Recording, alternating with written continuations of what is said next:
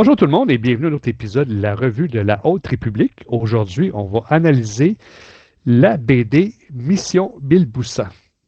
Et je vais faire ça avec mes deux collaborateurs habituels, c'est-à-dire Marc et Jean de Star Wars en direct. Salut! Ça va? Oui. Hey, Marc, Jean, en passant, tu as tellement participé avec nous qu'après moi, c'est toi qui as fait le plus d'épisodes de la revue de, la revue de la Haute République. Je suis gêné là parce que bon. Ah, nous, on n'est pas gênés, on est super contents que tu sois là. On est juste invité, nous, on accepte juste toutes tes invitations. Si tu veux plus que je vienne, arrête de m'inviter. Ah non, ça n'arrivera pas. Ça n'arrivera pas. On va tout prendre. C'est un plaisir. C'est un plaisir d'être avec vous, de parler de la Haute République. C'est génial. Puis le pire, ce que les auditeurs ne savent pas, c'est que, 15 minutes avant, Jean faisait un enregistrement avec Star Wars en direct. Donc, ouais. On les enchaîne. Et j'en avais deux. Donc, on avait deux enregistrements, deux émissions de Star Wars en direct et deux émissions de Star Wars Literature Québec. C'était la journée. Ta caméra va être usée quand tu auras fini ta soirée. Comment ça te fatigue d'ailleurs? Tu sens la fatigue. Hein. Empêche d'enregistrer, ça te prend l'énergie. Hein. Tu le sais, toi-même, tu le sais, JF. Ouais, hier, on a fait un avec, comme quoi on disait, là, on disait ça aux auditeurs. Hier, Marc et Loïc qui restent en France, donc il y a 6 heures de décalage. Ils voulaient quand même le faire. Fait que nous, on a commencé à 7h30, ce qui veut dire 1h30 du matin. Mais c'était tellement long ce qu'on avait à faire. On a terminé, il était 5h du matin en France. Pauvre Loïc. Loïc, on te salue. Ah oui, on espère que tu t'es bien reposé. Big up à toi, Loïc. Et on fait ça pour vous. Ça, pour les fans. Par les fans, pour les fans. Oui, exactement. Bon, ben, avant de poursuivre, on va en profiter pour faire les salutations à Francis Pelletier de Star Wars en direct, qui est toujours d'un grand aide, qui a tout le temps un paquet d'informations, qui est le maître Jedi de Jean, comme il nous dit. C'est ça, notre maître à nous. Oui. Et ben Jean, je vais te laisser parler de Star Wars en direct, comme d'habitude, là, pour les auditeurs. Je crois qu'il fallait que je parle de Francis. Francis, ouais, j'adore. C'est mon senpai, c'est lui qui m'a tout appris. Et c'est même pas sur le temps de la rigolade, c'est vrai. Hein, je lui dois énormément. C'est lui qui m'a recruté et tout. Donc, merci. Merci à toi, Francis. Mais non, sinon, Star Wars en direct, si vous ne connaissez pas, c'est un podcast à la base. Et donc, qui s'est développé en une chaîne YouTube maintenant. On est un peu partout sur tous les réseaux sociaux, mais essentiellement des podcasts sur Apple Podcast et Spotify et sur tous les chaînes de podcasts qui existent. Et donc voilà. Pardon ? Et Discord. Et Discord, oui. Donc oui, effectivement, Discord, on a pas mal de conversations super intéressantes sur Discord, dont votre Geoffrey national aussi. Donc Geoffrey est sur notre Discord aussi de Star Wars en direct. Puis voilà, et puis c'est des émissions sur Star Wars en général, donc la littérature, mais pas que, donc les séries quand on en a, des films quand on en aura un bientôt là d'ailleurs, des réactions de trailers, là on a eu récemment la trailer de Mandalorian et Grogu, donc on a réagi dessus, et puis sur plein d'autres trucs de la musique, voilà, on a des épisodes de musique, on a un dernier épisode de musique qui est très très cool, ça s'appelle Voyage planétaire, interplanétaire, bref, planétaire. Voyage planétaire galactique. Oh, écoutez, je sais plus, en tout cas c'est super, c'est le volume 1, donc il y a un volume 2 qui se prépare, c'est magnifique, de la musique Star Wars comme on aime. On a des interviews aussi, un peu comme ce que tu fais toi, JF, mais un peu plus short, c'est des interviews d'1 heure, je crois, max, avec des influenceurs et des participants à la communauté Star Wars. Là, Sylvain a interviewé le réalisateur d'un fan film récemment, là, fan film Star Tours. Oui, écoute, comme toi, j'ai pas encore écouté, et donc j'ai hâte d'écouter ce que nous prépare un peu Sylvain, ça fait plaisir. Et puis voilà. Rejoignez-nous. Discord, encore une fois. Facebook, tout ça. YouTube, Instagram. Voilà. Ben, gros merci pour le survol de Star Wars en direct. On va saluer aussi Dominique de Star Wars Artefact.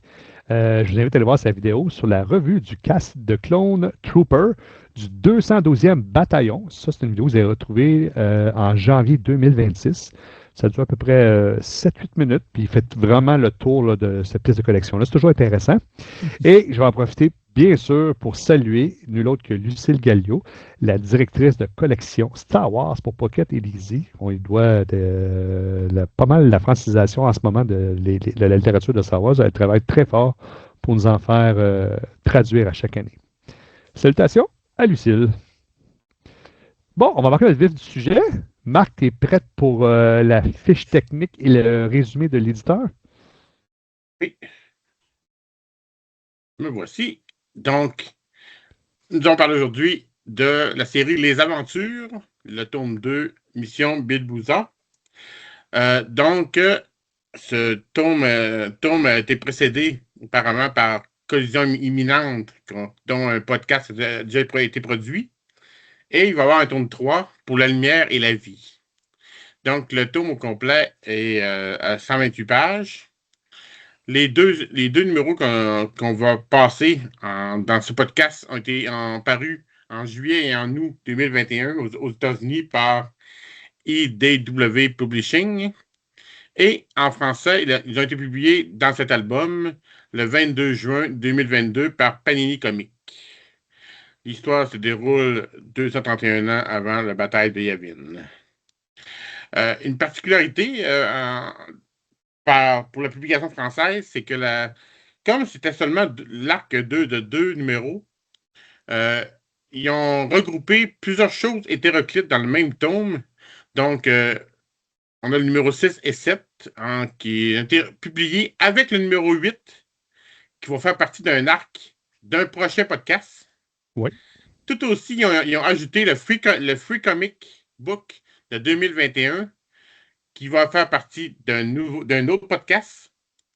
Et 5 petites histoires de l'annuel 2021 qu'on ne parlera pas dans aucun podcast parce que c'est seulement des petites histoires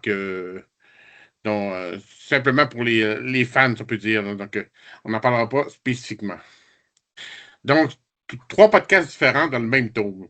Oui, carrément. On se concentre sur 6 et 7 aujourd'hui.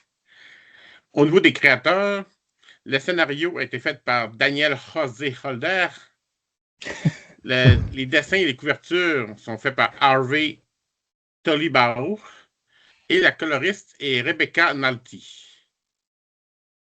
Donc, pour parler un peu de Daniel José Holder, j'adore le prononcer comme ça. On voit que tu prends du Le plaisir. pire, c'est que tu le prononces très bien. Là. C'est aucun sarcasme.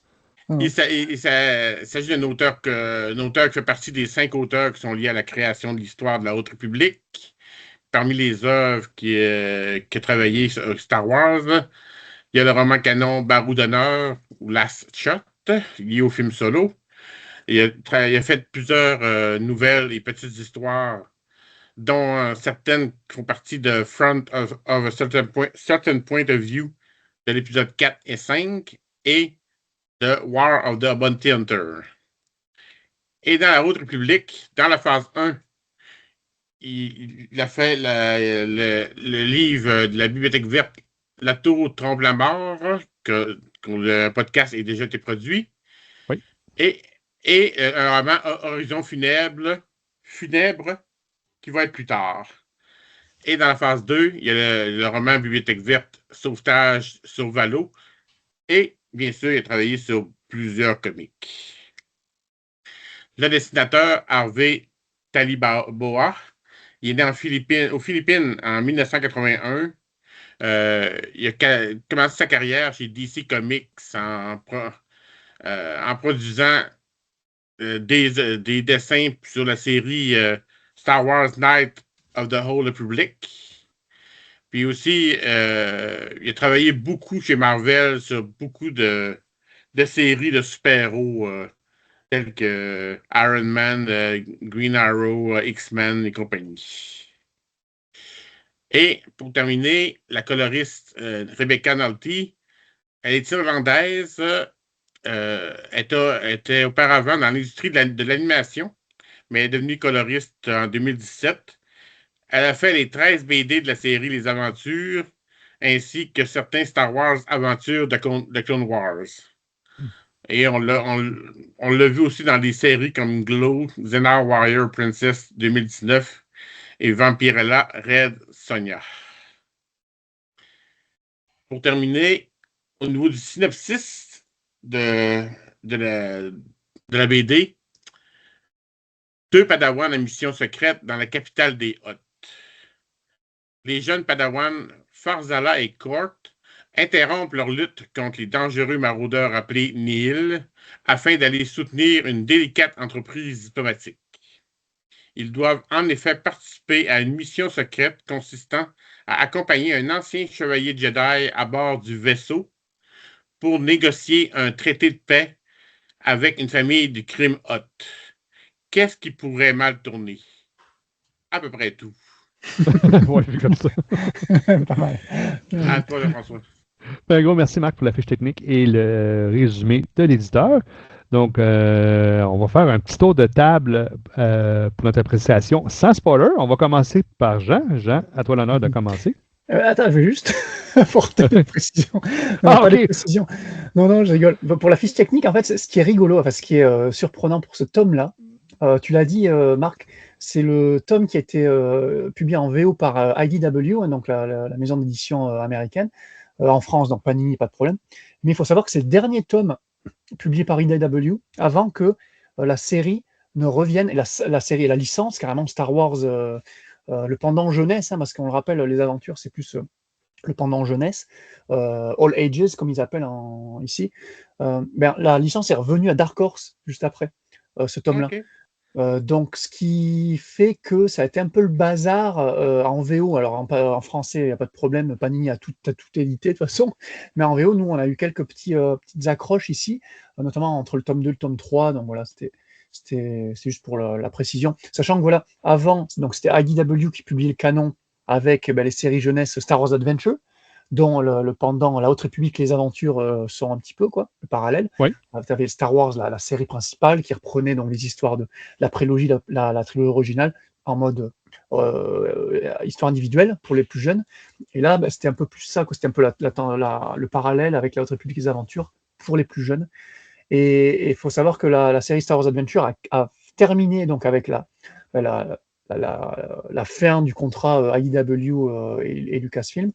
Et Dark Horse a repris après, donc il a repris la Haute République des aventures, il n'avait pas eu de souci, mais il n'a pas repris les aventures de Star Wars, il en a fait une autre série de jeunesse qui s'appelle les Hyperspace Stories, vous avez sûrement déjà vu passer ça, quoi, plein de séries différentes, qui sont là aussi des comics jeunesse, donc c'est rigolo. Et pareil pour les comics horrifiques jeunesse, avant IDW, ils avaient les Vader's Castle, les châteaux de Vador, qui étaient des petites aventures un petit peu spooky pour les plus jeunes, encore une fois, très très sympa. Et dès que c'est passé à Dark Horse, mais ils ont arrêté les Vader's Castle, ils ont fait autre chose, c'est les Tales From qu'ils appellent, et qui sont la même chose, mais avec un titre différent chez Dark Horse. Donc tu vois, c'est intéressant, quoi. Et donc voilà, ce tome 2, c'était le dernier chez IDW. Voilà, c'est tout. Merci pour la précision. Ouais, voilà, c'est pas super passionnant, mais moi je trouve ça rigolo que l'éditorial est tout aussi passionnant que ce qu'on a dans les comics, quoi. Bref, ça c'était juste pour l'histoire. Tu voulais juste un avis rapide sans spoiler, c'est ça? C'est ça, oui. Alors déjà, niveau éditorial, encore une fois, je ne vais pas encore parler d'histoire, mais je trouve que ce tome 2 là, alors on va parler précisément de l'aventure Bilboussa. Bilboussa, hein, ça s'appelle comment? Oui. Bilboussa. Mais je trouve ça, ça fait partie d'un tout qui est quand même le tome 2 des aventures, et je trouve ça vraiment bizarre. Alors, je blâme pas Panini, il a juste repris ce qu'a fait IDW à la base, c'est de mettre un arc de 2 numéros seulement, avec, tu l'as dit Marc, plein d'autres petits bonus, donc le FCBD, l'annual, et puis hop, un numéro, un morceau de l'arc suivant, qui n'a rien à voir avec l'arc. Je trouvais ça un peu le bordel. Alors, je ne sais pas pourquoi ils ont décidé ça en amont chez IDW, chez Lucas Press, enfin voilà, dans les hautes sphères, mais pourquoi n'avoir fait qu'un arc de 2 numéros pour Bilboussa? Moi, je trouvais que c'était une histoire, on en parlera plus en détail là, relativement intéressant d'aller sur Nal Hutta, donc voir un petit peu le deal entre les Jedi, la République et les Hutt, qui résulte donc de ce qui se passe dans le tome 1 qu'on a vu, hein, donc la tome 1 plus de Cavan Scott d'ailleurs, hein, parce que c'est plus c'est plus la série Haute République. Voilà. Il n'y a pas de nom en tant que tel. Voilà, exactement. La Haute République tout court, où c'est là que tu vois la première alliance, entre guillemets, Jedi Hutt qui se battent contre les Drengir, et voilà, ça résulte de ce qui se passe là, en fait.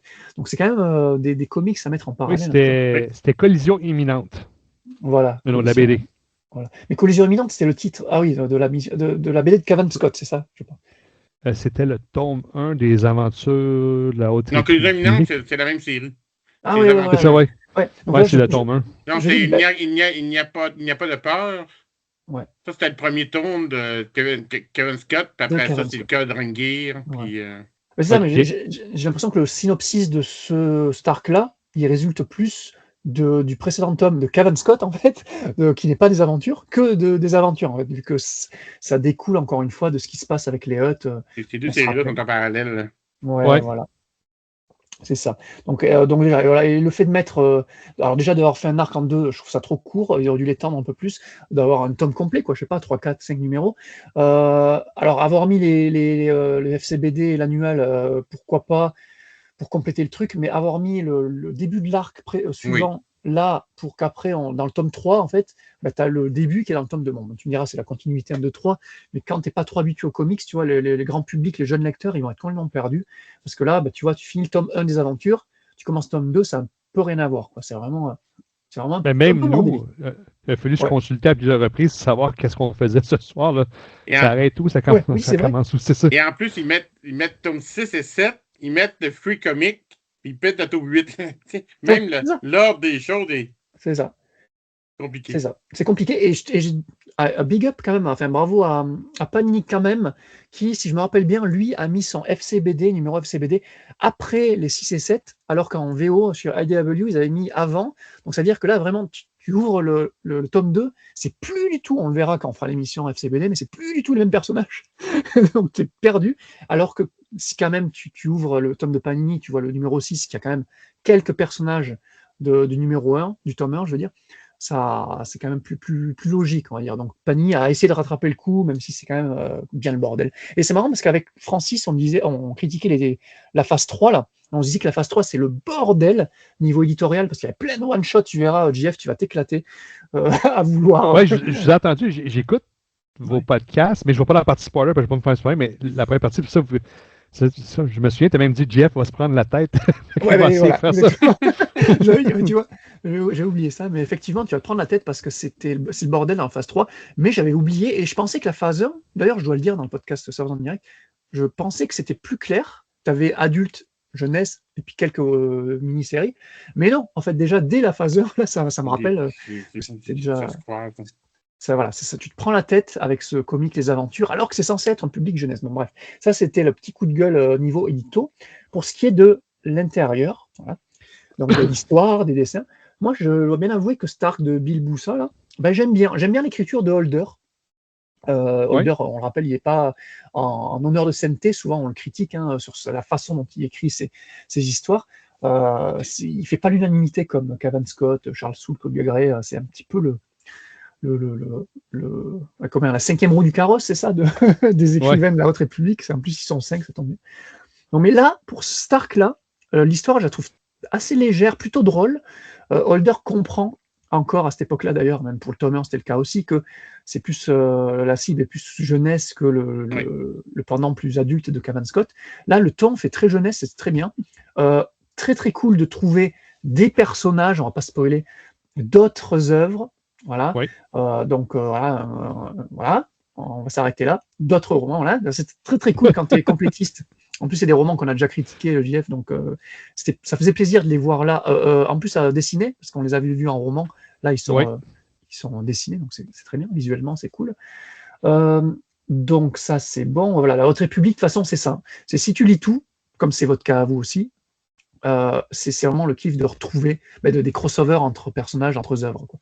Entre romans, Ah, comics, manga. moi, j'adore ça. Puis c'est Ouais. très, très bien fait. Jusqu'à maintenant, Ouais. là, il y a une bonne communication avec les auteurs. Mais vas-y, je ne vais pas couper ton moment. Vas-y. Non, mais coupe-moi, sinon ça va être un long monologue un peu chiant. Toujours pareil, hein, j'arrive jamais à me résumer dans mes avis. Revoir, là, on l'a dit, c'était sur Naluta, c'est quand même sympa. Alors, c'est une planète assez exploitée dans Legends, dans le canon, pas tant que ça. Donc, ça fait plaisir de la revoir là. Naluta, alors est-ce qu'on va la revoir en live pour la première fois dans le film Mando et Grogu? On ne sait pas trop. On pensait ça avec Seb dans l'analyse du trailer du film. Parce que j'ai Mais l'impression que oui. J'ai l'impression ouais, qu'on va aller voir les hôtes. ouais. Ah, ça serait cool que ce soit Naluta, mais elle me paraît très moderne comme Naluta, alors que Naluta, dans le Legend, on se rappelle, c'était comme ici, c'était un peu plus des damps, des marées, des trucs un petit peu dégueulasses, quoi. Mais bon, on verra bien. Euh, les relations de personnages, j'ai beaucoup aimé. Alors, encore une fois, je ne vais pas mentionner les personnages spoilers, mais il y a des passages un petit peu comiques avec certains personnages. Donc voilà, donc c'était très, très, très, très cool, encore une fois. Holder est vraiment tip-top dans cet arc-là. Et niveau dessin, alors Hervé Tolibao, encore une fois, c'est un dessinateur qui divise Star Wars en direct, mais pas que, apparemment partout, là, apparemment, ça on adore, ça on n'aime pas. Moi j'adore Tolibao, je suis gros fan, et je trouve que pour ce Stark Bilboussa, les 2 covers qu'il fait, je crois que c'est lui qui fait les 2 couvertures. On le verra si tu les as sélectionnés. Alors, en tout cas, je les ai trouvées très très belles, vraiment il a un style particulier, je sais pas, il donne comme du volume dans ses dessins, avec ses coupes de cheveux, évidemment, pas que. Oui, Quoi, il est vraiment, tu m'as fait remarquer, il est vraiment, comment on dit ça, un fétiche pour les cheveux, je sais pas, là, mais... Ouais, ça, Il adore ça. Et puis les scènes de groupe, Ouais. il adore ça aussi, mettre une page entière avec des groupes de personnages en pagaille. Et c'est à toi de voir un petit peu tout ce qu'il y a. Mais tu ris, j'aime ça, moi, voir ça. Ça fait un genre de Ouais. Où est Charlie, mais version Star Wars. Là. Moi, j'adore Exactement. ça quand il fait ça. Ouais, mais un peu pareil, ouais, très, très client de ça. Donc voilà, très satisfait de son travail sur cet arc-là. Voilà, tu nous montreras des pages plus tard en partie spoiler GF, on analysera ses dessins, mais ouais, très très bonne lecture, relecture. C'était un arc que j'avais un petit peu oublié, je t'avoue. Et je t'en parlerai en spoiler, mais qui relie un petit peu des destinées qu'on a dans le tome, dans la phase 3. Donc il y a des détails de ce Stark-là, donc de ces 2 numéros-là, qui auront leur conclusion dans la phase 3. Et je dis, ah putain, mais j'avais comment zapper, et c'est cool. Sinon, je serais passé complètement à côté de ces arcs-là, si je n'avais pas relu ce Bilboussa maintenant. Donc merci à toi, et encore une fois, très bonne lecture. Voilà. À Merci toi, à beaucoup vous les pour ça. studios. On va laisser Marc. oui. Moi aussi, j'ai quand même assez aimé cette histoire-là. J'étais d'accord avec toi, un peu courte. Ouais. Surtout quand tu vois les hottes, t'aimerais ça en voir un peu plus, voir plus d'interaction. Donc, c'était un peu court. J'ai bien aimé que les personnages principaux, donc les négociateurs, dans le fond, c'est des personnages qu'on a vus quasiment en fond d'écran dans certaines lectures, même dans les BD. C'était souvent les 2 personnages qui suivaient, mais qui étaient moins importants, qui restaient dans le vaisseau, donc, c'est vrai. en avant des plus jeunes, pas les plus jeunes, mais des autres Padawans qui faisaient les aventures. Donc là, c'est fun de les voir eux autres. Ça me prend à les connaître, puis à les voir comment ils se débrouillent. Non, puis c'est vrai que l'histoire est quand même bien montée. Il y a des rebondissements, mais c'est jeunesse. C'est vraiment. Cette série-là, on le sait, cette série-là est faite pour les jeunes. C'est clair, quand on compare même les 2 séries qui sont en parallèle, tu vois la différence d'écriture. Puis je pense que ça fait son travail. Les dessins sont quand même bien. C'est un style de dessin. Est-ce que c'est le style que j'aime le mieux? Peut-être pas. Mais c'est des beaux dessins. Au moins le dessinateur est constant. Il y a un style. C'est comme ça C'est qu'il fait ça. ses personnages. Tu l'acceptes, puis tu apprécies les dessins tels qu'ils sont faits, puis il peut s'amuser avec les cheveux des personnages, parce que c'est quand même un des systèmes importants de la Haute République, les cheveux des Jedi. Oui. La personne qui a inventé la Haute République, là, ça va prendre avec son coiffeur, c'est clair, là, avec des longs cheveux, puis c'est un... En tout cas, ça pour dire que j'ai quand même apprécié. Ben, de mon côté, moi aussi, j'ai bien apprécié. Oui, c'est court, c'est juste 2 issues, mais j'ai été surpris à quel point ça a bien été optimisé. Ils ont quand même réussi à construire une pas pire histoire, on s'entend pour 2 issues. Là. J'ai aimé ça parce que on a retrouvé des personnages qu'on va nommer tantôt du roman En pleine ténèbres. C'était vraiment le fun de pouvoir les voir, c'est visualisé. Puis c'est drôle, là, l'histoire tourne surtout autour, là, je vais massacrer son nom, Farfalla, est-ce que c'est ça? Voilà. Fardala. Puis, oui, j'ai mal prononcé une fois de plus? Avec un Z. C'est ça. Mais Fardala, c'est drôle à dire, dans les BD, j'insiste, là, c'est un de mes préférés. Là. J'ai bien aimé comment ils l'ont présenté, là, son look, tout. Ça, j'ai bien aimé ça.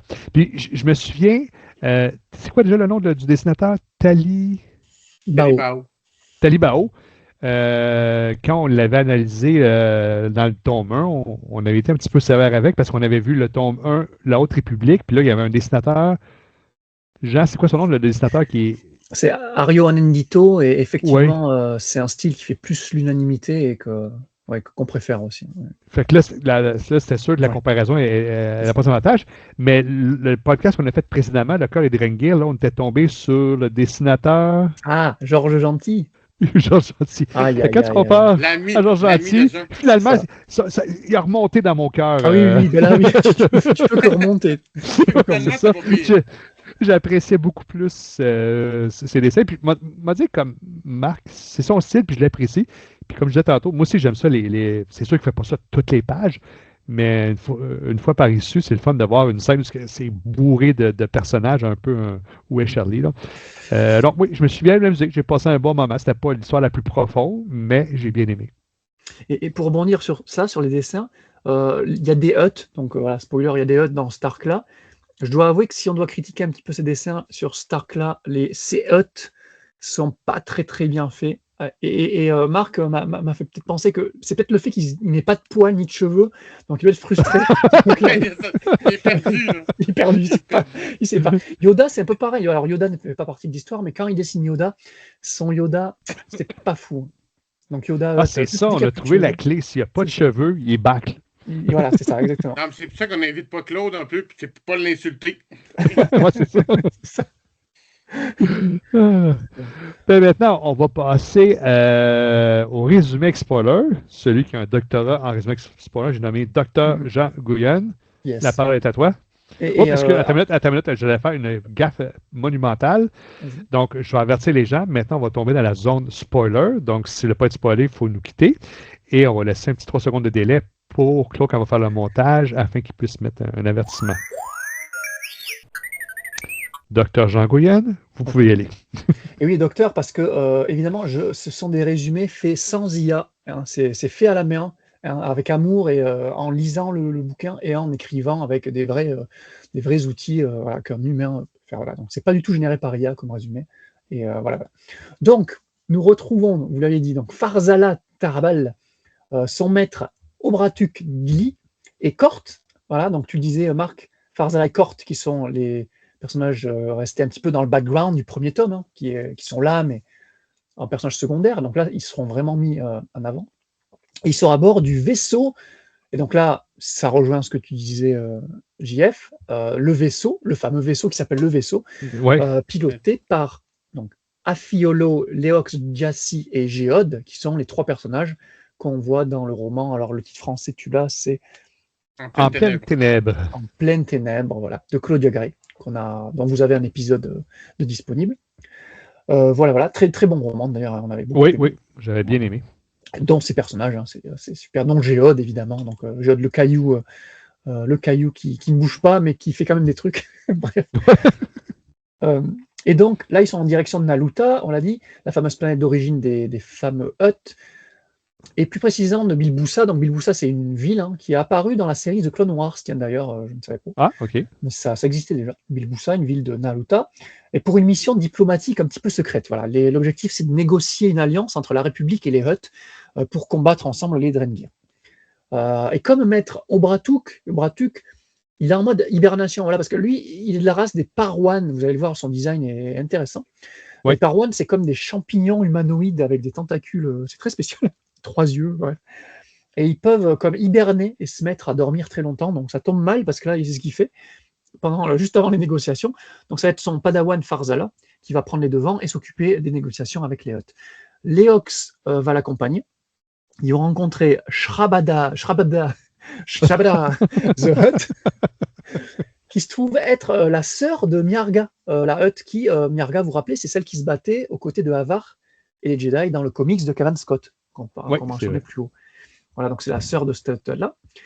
Pendant ce temps-là, dans le vaisseau, on a Kort qui va se lier d'amitié avec Géode. Donc là, c'est très intéressant parce que Kort, comme Géode, alors Géode, il ne parle pas, évidemment, mais Kort, il parle avec un langage particulier que nous, on ne comprend pas, que personne ne comprend. En fait, il parle quasiment jamais. Donc, c'est deux persos un petit peu muets qui vont se lier d'amitié, donc c'est mignon. Mais très vite, voilà, des saboteurs vont prendre le contrôle du vaisseau et tirer sur les Hutt, ce qui va évidemment écourter les négociations. Les Hutt vont penser que Léox et Farzala en voulaient à leur vie, donc ils sont fait capturer, capturés et fait prisonniers, pardon. Après une petite baston plutôt stylée à coups de rancor et même de Drengir, les Drengir apparaissent sur Naluta. Donc voilà, ils sont en prison. à bord du vaisseau, Afi et Kort vont s'échapper des griffes des saboteurs et se cacher dans le vaisseau. Ouais. On va apprendre que c'est Jabba, de la bouche de ces saboteurs-là. C'est Jabba, en fait, qui les a envoyés pour empêcher l'alliance Hutt-République. Afi et Kort vont neutraliser les uns après les autres les saboteurs. Et pendant qu'eux, ils vont se balader dans le vaisseau en essayant de les choper, ils vont les prendre un par un et les neutraliser. De leur côté, Farzala et Leox, donc emprisonnés, on l'a dit. Là, on a Farzala qui va comme se souvenir des enseignements de son maître, donc au Baratuk, raconté sur forme de flashback, vous le verrez. Et donc, il va donner la force à Farzala de trouver un moyen de s'échapper. Il va réussir à s'échapper avec Leox.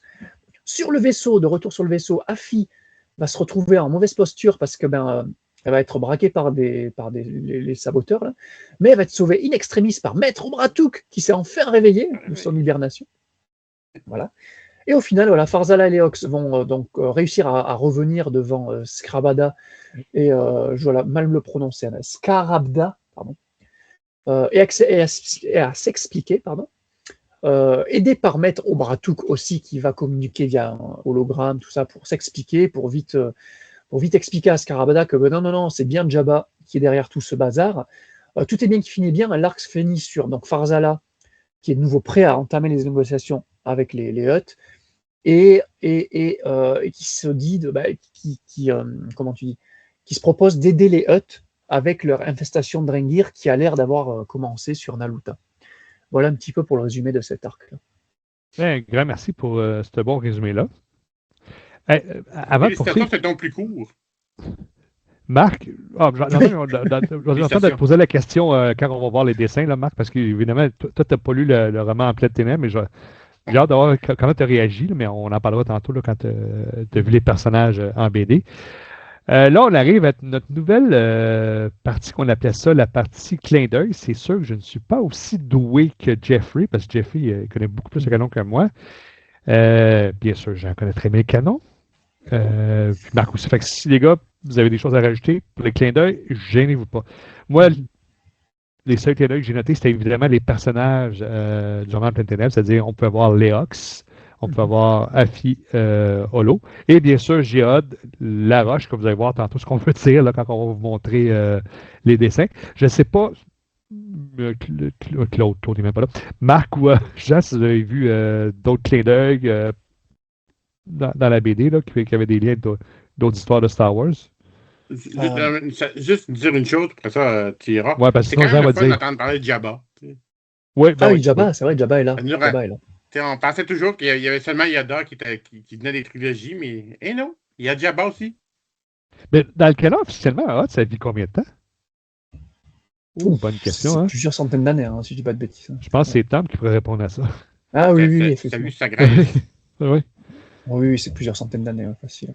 Il y avait beaucoup d'espèces Star Wars qui t'as les Wookiees, on pense aux Wookiees au Hutt, Yoda évidemment, mais il y a plein de petites espèces un peu plus exclusive littérature, tu vois, qui on en verra d'ailleurs dans la Haute République, des personnages de la Haute République que tu retrouveras jusqu'à la post-logie, tu vois. On en a déjà vu, on te rappelle dans une des nouvelles, il y avait une scientifique qui est présente dans un roman dans la nouvelle de Justina Ireland, justement, j'ai plus le titre, donc la Haute République, que tu revoyais dans un roman de Justina Ireland qu'elle a écrit qui se passe entre l'épisode 8 et 9. Donc c'était une race. Bref. Ça me dit quelque chose. C'était juste une mention de ce scientifique-là. Je ne sais plus son nom, je le retrouverai là, mais ça n'a rien à voir avec le comics de ce soir. Mais c'était la race l'espèce de race serpentine là, qui a une espèce des plumes sur la tête très colorées et qui peuvent ouvrir leur bouche comme des serpents pour avaler leur proie et tout. Et donc ça, c'est souvent des races un petit peu animalières, on va dire, qui arrivent à vivre. Marc, tu disais quelque chose? Pour votre information, Jabba est mort à 604 ans. Ah, OK. Bon, voilà. Okay. Un bel âge. Ouais, un bel âge. Il était déjà assez âgé à ces temps-là. Ouais. Mais sinon, pour revenir, y a-tu d'autres clins d'œil que tu as vu? Il y a un petit 400 jeunesse. Hein? Oui, pour te répondre, Jeff, oui, il y a quelques passages, je ne sais pas si vous vous rappelez, je ne sais pas si tu as sélectionné la page, mais il y a un moment où, comment il s'appelle, Farzala va être en prison et penser à son passé avec son maître. Ouais. Et il y a un passage, il y a une case où tu vois des Jedi tomber au combat Donc tu vois Loden Greatstorm, pardon. Tu vois Yoda, parce que Oui, Yoda c'est vrai. est censé avoir disparu, voilà, donc qui est mort dans les romans. Yoda qui est censé avoir disparu, on ne sait pas vraiment ce qu'il est, donc lui le pense disparu aussi, ou peut-être mort, on ne sait pas. Il y a, comment ça s'appelle, merde, comment ça s'appelle Jorah oui. Mali. Oui. Voilà, la maître de... j'ai plus. Jorah Mali, c'était la maître de Reed. de Reeth, voilà. De Reeth. Et donc, qui Dans est morte Pleine aussi, Ténèbres. voilà, dans Pleine Et de Ténèbres. Dez. Et de Dez, voilà, exactement. Donc, que tu vois aussi, donc morte. Donc voilà, il y a 4 silhouettes, et il y en a un autre. Alors là, par contre, c'est pareil, il s'appelle L'autre, j'ai pas été capable ouais, d'identifier. Rabaroki, mais je crois que c'est un humain, un Jedi humain qui est mort, mais genre en mode vite fait dans un roman, je sais plus, peut-être dans Light of the Jedi, ou je sais plus. Mais bon, on voit sa silhouette également en mode fantôme, ou pensée, c'est pas des fantômes, hein. C'est plus des pensées de. C'est une question, vous me parlez de le maître de Reed. C'est Oui. pas Cormac? Alors ça, c'est oui. Oui, après. Après, OK. OK, parce que suite à la mort de Jorah Mali, la suite. c'est ça. Ouais, c'est Il ça. prend le relais. Ça a été une belle surprise à la fin. Là. On ne l'a pas vu venir, celle-là. Là. C'était vraiment... Oui, parce que pendant tout le roman, ils font leur aventure ensemble, et c'est à la fin qu'il le prend comme Padawan. C'est son premier Padawan, d'ailleurs, à Cormac. Ouais. Parce qu'il y a aussi des doutes et tout, là, c'est intéressant. Ouais. Ouais. Faut que tu lises ça, Marc. Ouais, c'est un super roman, vraiment. J'ai rien de dire ça. Mais à part ça, non, j'ai pas trop vu d'autres liens. Alors, après, il y a un lien avec... voilà, ce que je disais avec la phase 3, c'est pas un spoiler du tout sur la phase 3, hein, c'est vraiment un rôle ultra secondaire, mais il y a c'est quoi cette race, les Nikto, voilà, il y a un Farzala qui va rencontrer une Nikto dès le départ, là, en arrivant, qui va lui réclamer son sabre et tout, et là, on sent que par la suite, voilà, elle va un peu team up avec le groupe, enfin avec Farzala et Leox, et elle va finir un petit peu à les aider, et ce personnage-là, c'est peut-être pour de dire qu'il survit jusqu'à la phase 3, mais en fait j'étais surpris de le voir en lisant le dernier tome de la phase 3. Là, il y a un truc qui se passe entre elle et Farzala, et ça prend ses sources dans ce tome-là, dans cet arc-là. Tu auras oublié ce que je dis là sur ce personnage-là d'ici là, JF, il n'y a pas de problème, il n'y a pas de spoiler. Non, tu pourrais être surpris. Quand on va le dire, tu pourrais être surpris comme mémoire. Okay. Ouais. Bon, quand tu feras donc le dernier tome de les aventures, tu me diras si tu t'en rappelles. En tout cas, j'ai comment oublié ce personnage-là, et je trouve ça sympa de le voir là, et de voir qu'il y a une histoire qui va se développer avec elle, quoi. Et c'est intéressant de voir une Nikto femelle aussi. C'est là, on est plutôt habitué de les voir mâles. Normal, ouais. Voilà. OK. Bon, ben, je vais aller chercher les dessins. C'est juste situé ici. Ça s'en va. Ça s'en vient. Pleine page. On partage.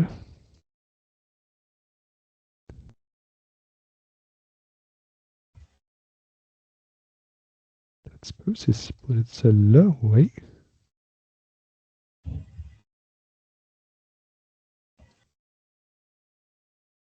Bon, ça va être tout l'écran.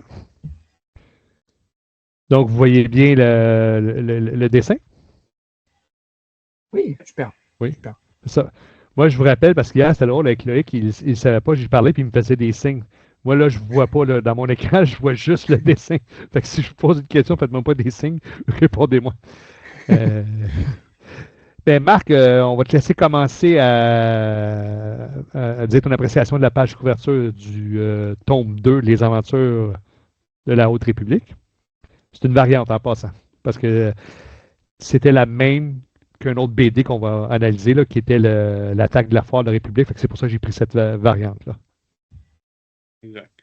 Parce que la page couverture du tome est différente. C'est comme la page couverture du numéro 6, on peut dire. Oui, voilà, c'est ça. Donc tu n'auras pas pu la prendre, c'est couvert. Un peu comme Jean disait, que Jean-François aussi disait ça. Une chose que le dessinateur aime, c'est d'avoir beaucoup de personnages sur la même page.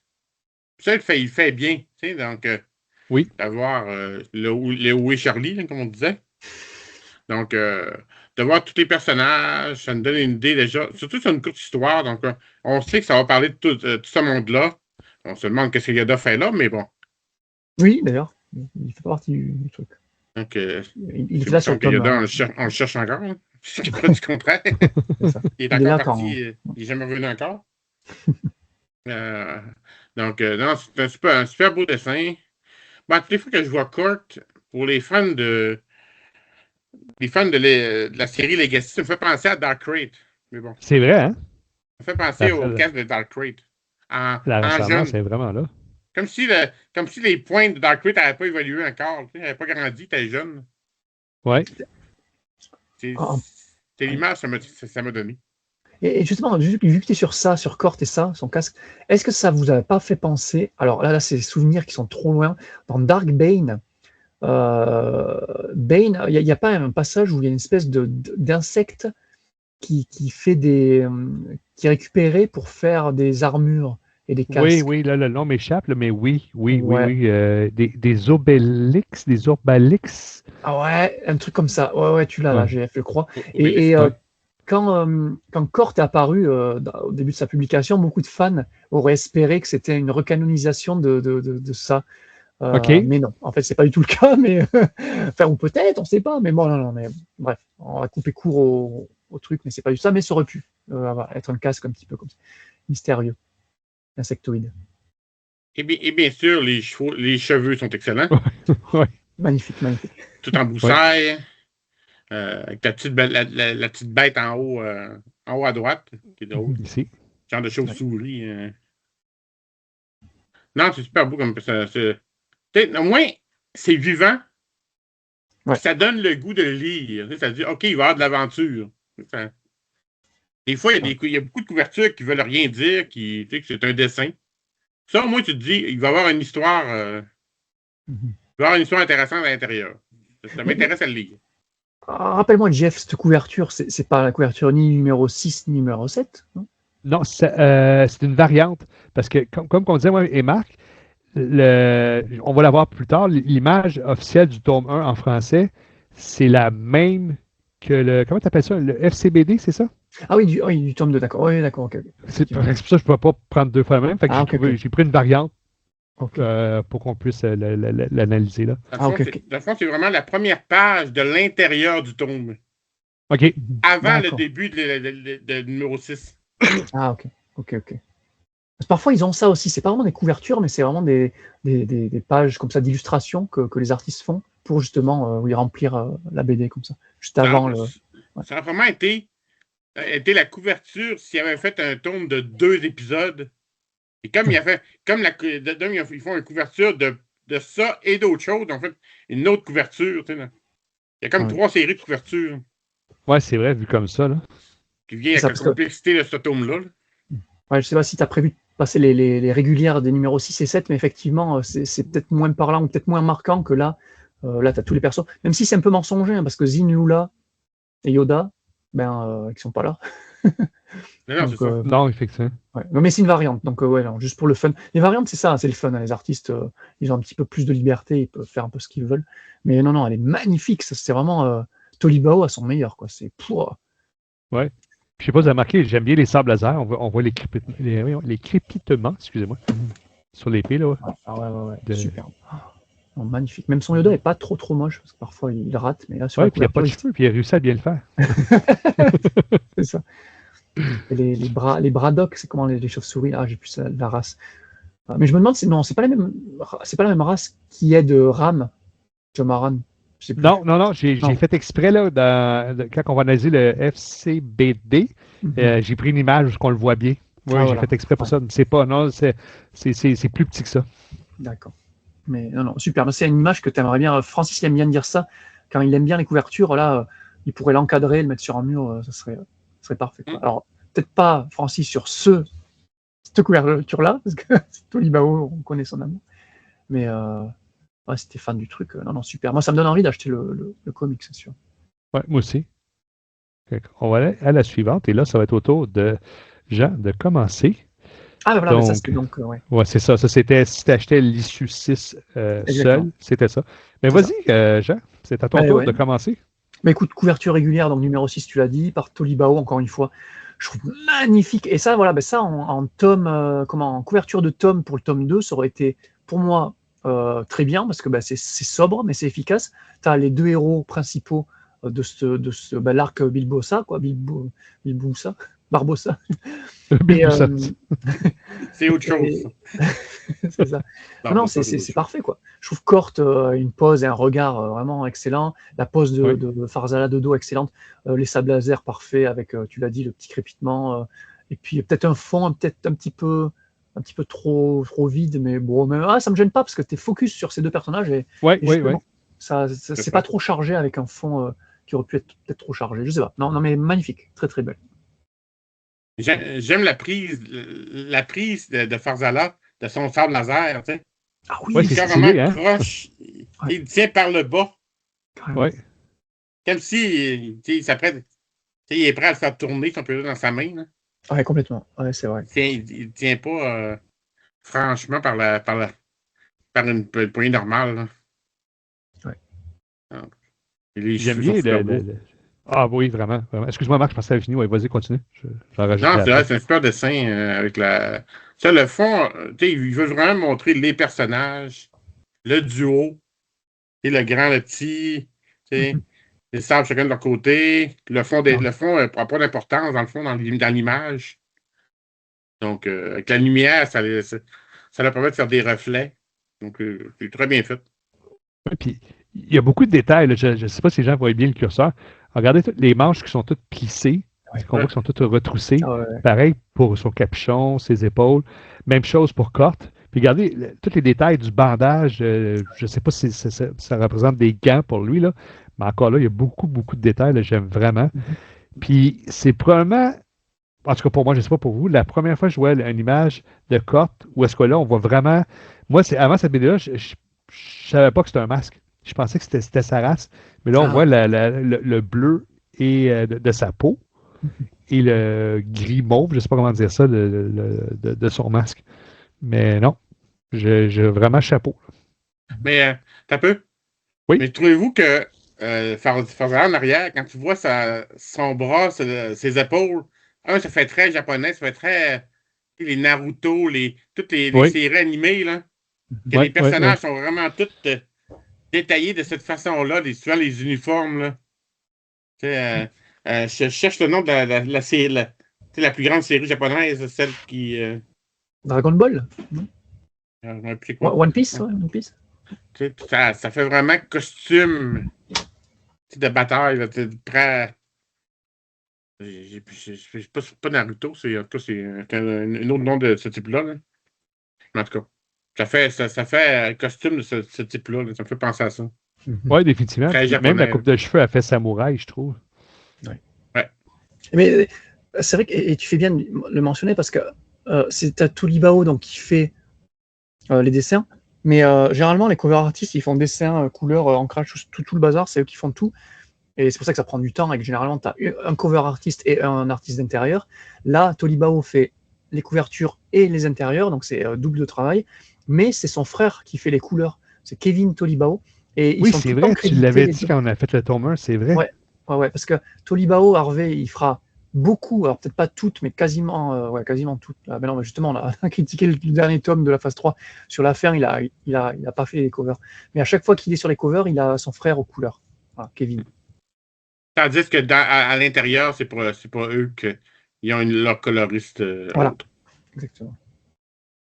C'est bien canadien. Fait que moi, je trouvais ça bien intéressant là, dans les aventures de la Haute République. Tu as tout le temps des petites fiches de données galactiques qui nous donnent des petites informations. C'est bien intéressant. Moi, j'ai hâte d'en savoir plus là, sur la station Maxime qu'on voit en pleine ténèbres. Donc, si on nous montre la planète d'origine des Drengir, qu'on avait vu, on l'avait vu un peu, hein, je pense, dans le cœur des Drengir, où je dis n'importe quoi.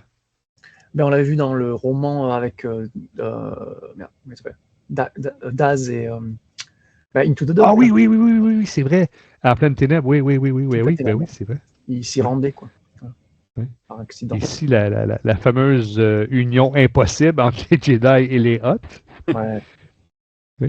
Et les fameuses 4 statues idoles qui gardaient prisonniers les Drengir jusqu'à temps que les Jedi les déplacent, pensant que c'était eux qui étaient le côté obscur.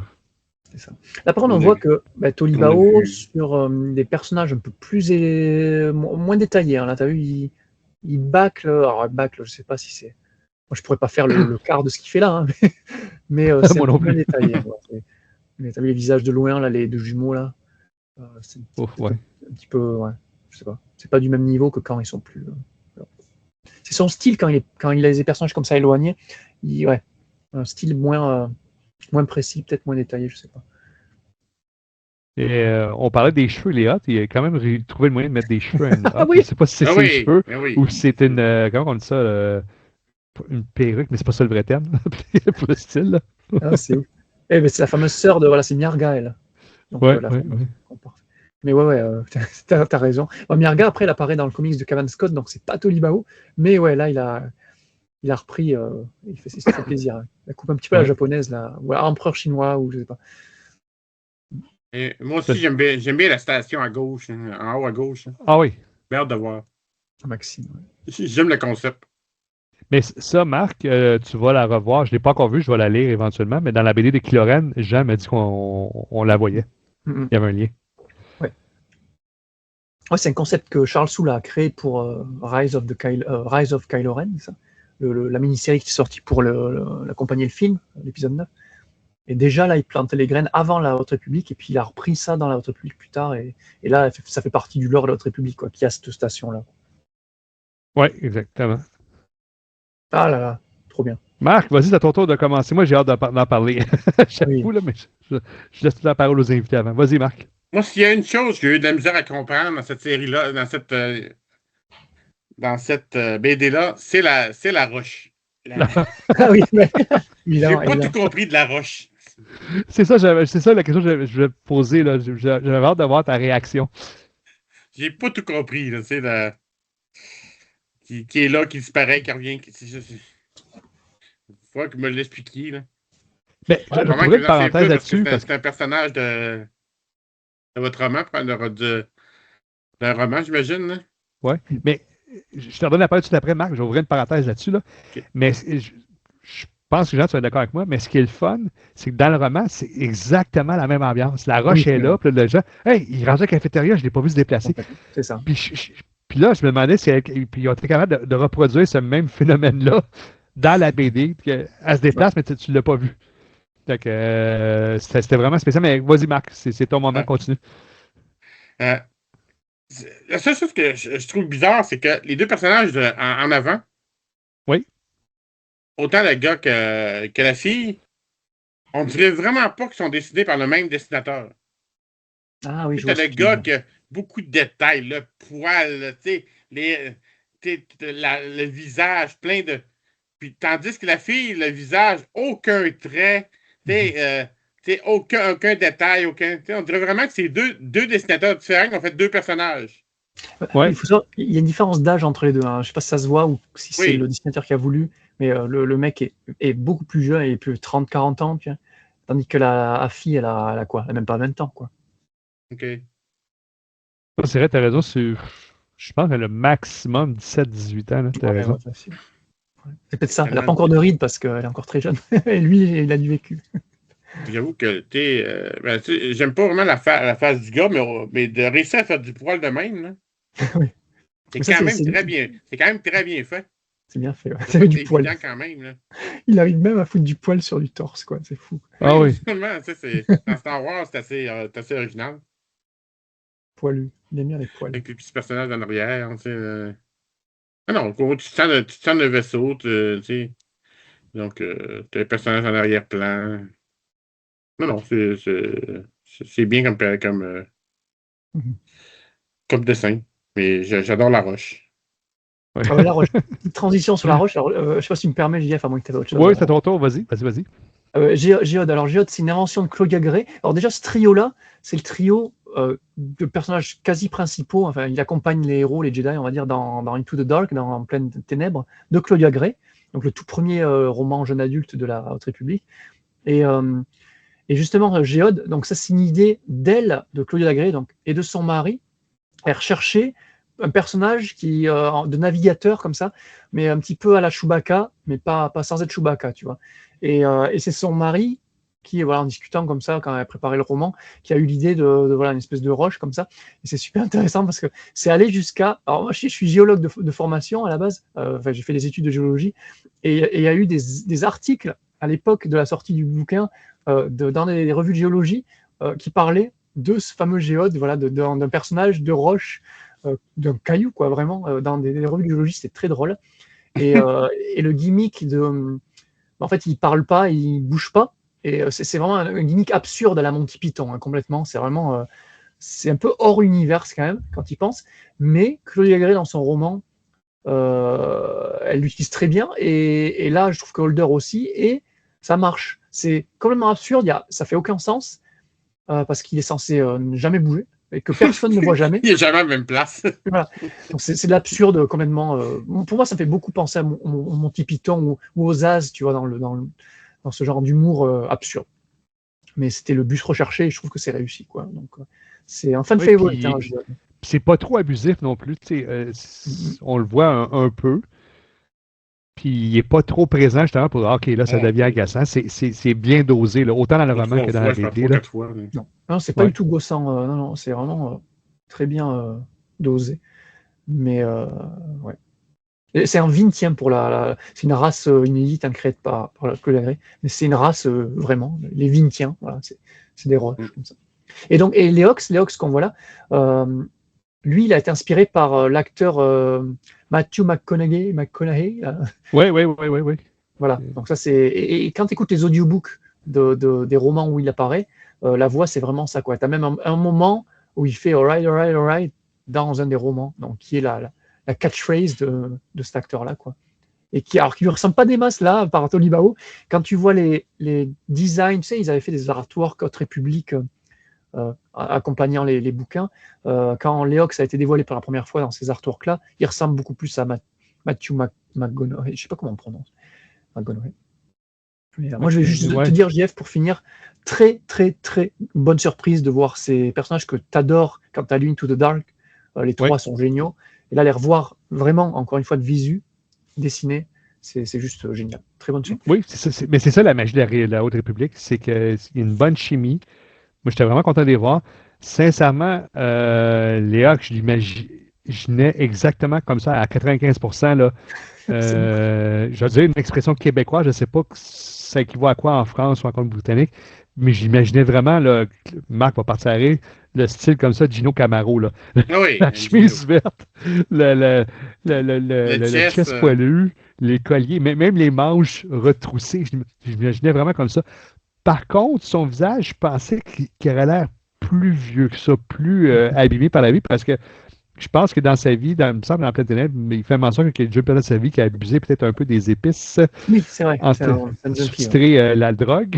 Fait que je m'attendais à avoir un visage plus abîmé, si on veut, là, par la vie. En même temps, j'adore la case jaune au-dessus de lui. Pilote génial et bizarre. Oui. C'est bien. C'est vrai. Puis, je dirais qu'il est doué. Les autres, c'est navigateur vénitien, propriétaire de vaisseau, pilote génial et bizarre. C'est vrai. Non, il y a vraiment son. Quand je l'avais dit qu'on avait fait en Pleine Ténèbres, je trouvais que c'était un léger dérivé du personnage Hondo qu'on voit dans Clone Wars, là, qui est un. Ah, Hondo Ohnaka, oui, le vinyle. Oui, mais en plus sympathique, là, Hondo, ça, tu lui fais pas confiance, tu ne serres même pas la main, là, tu lui tournes pas le dos. Là, Puis, ce qui est de Géode, je pensais pas que ce serait comme une forme de pierre tombale. Je l'imaginais plus en forme de menhir, comme on voit dans Astérix et Obélix. Mais c'est correct. Moi, j'aime le concept. C'était bien. Ouais, c'est une chaise. Ouais, en plus, ça a été sur une chaise. Ouais. Ça dépendra des comics où il est représenté, mais il est souvent, c'est souvent un rectangle. Vas-y, Jean, c'est ton tour à commencer. Bah écoute, là on est où? Bah oui, là ils arrivent sur Naluta. Bah écoute, pas grand chose à dire sur cette page-là. Écoute, encore une fois, très bien maîtrisé par Tolibao. Le vaisseau est superbe, la perspective est géniale. Il y a même du décor, tu vois, c'est pas juste un fond de couleur sans rien. Tu vois, t'as l'espèce d'effet de je sais pas, de nuages, de fumée, je sais pas trop.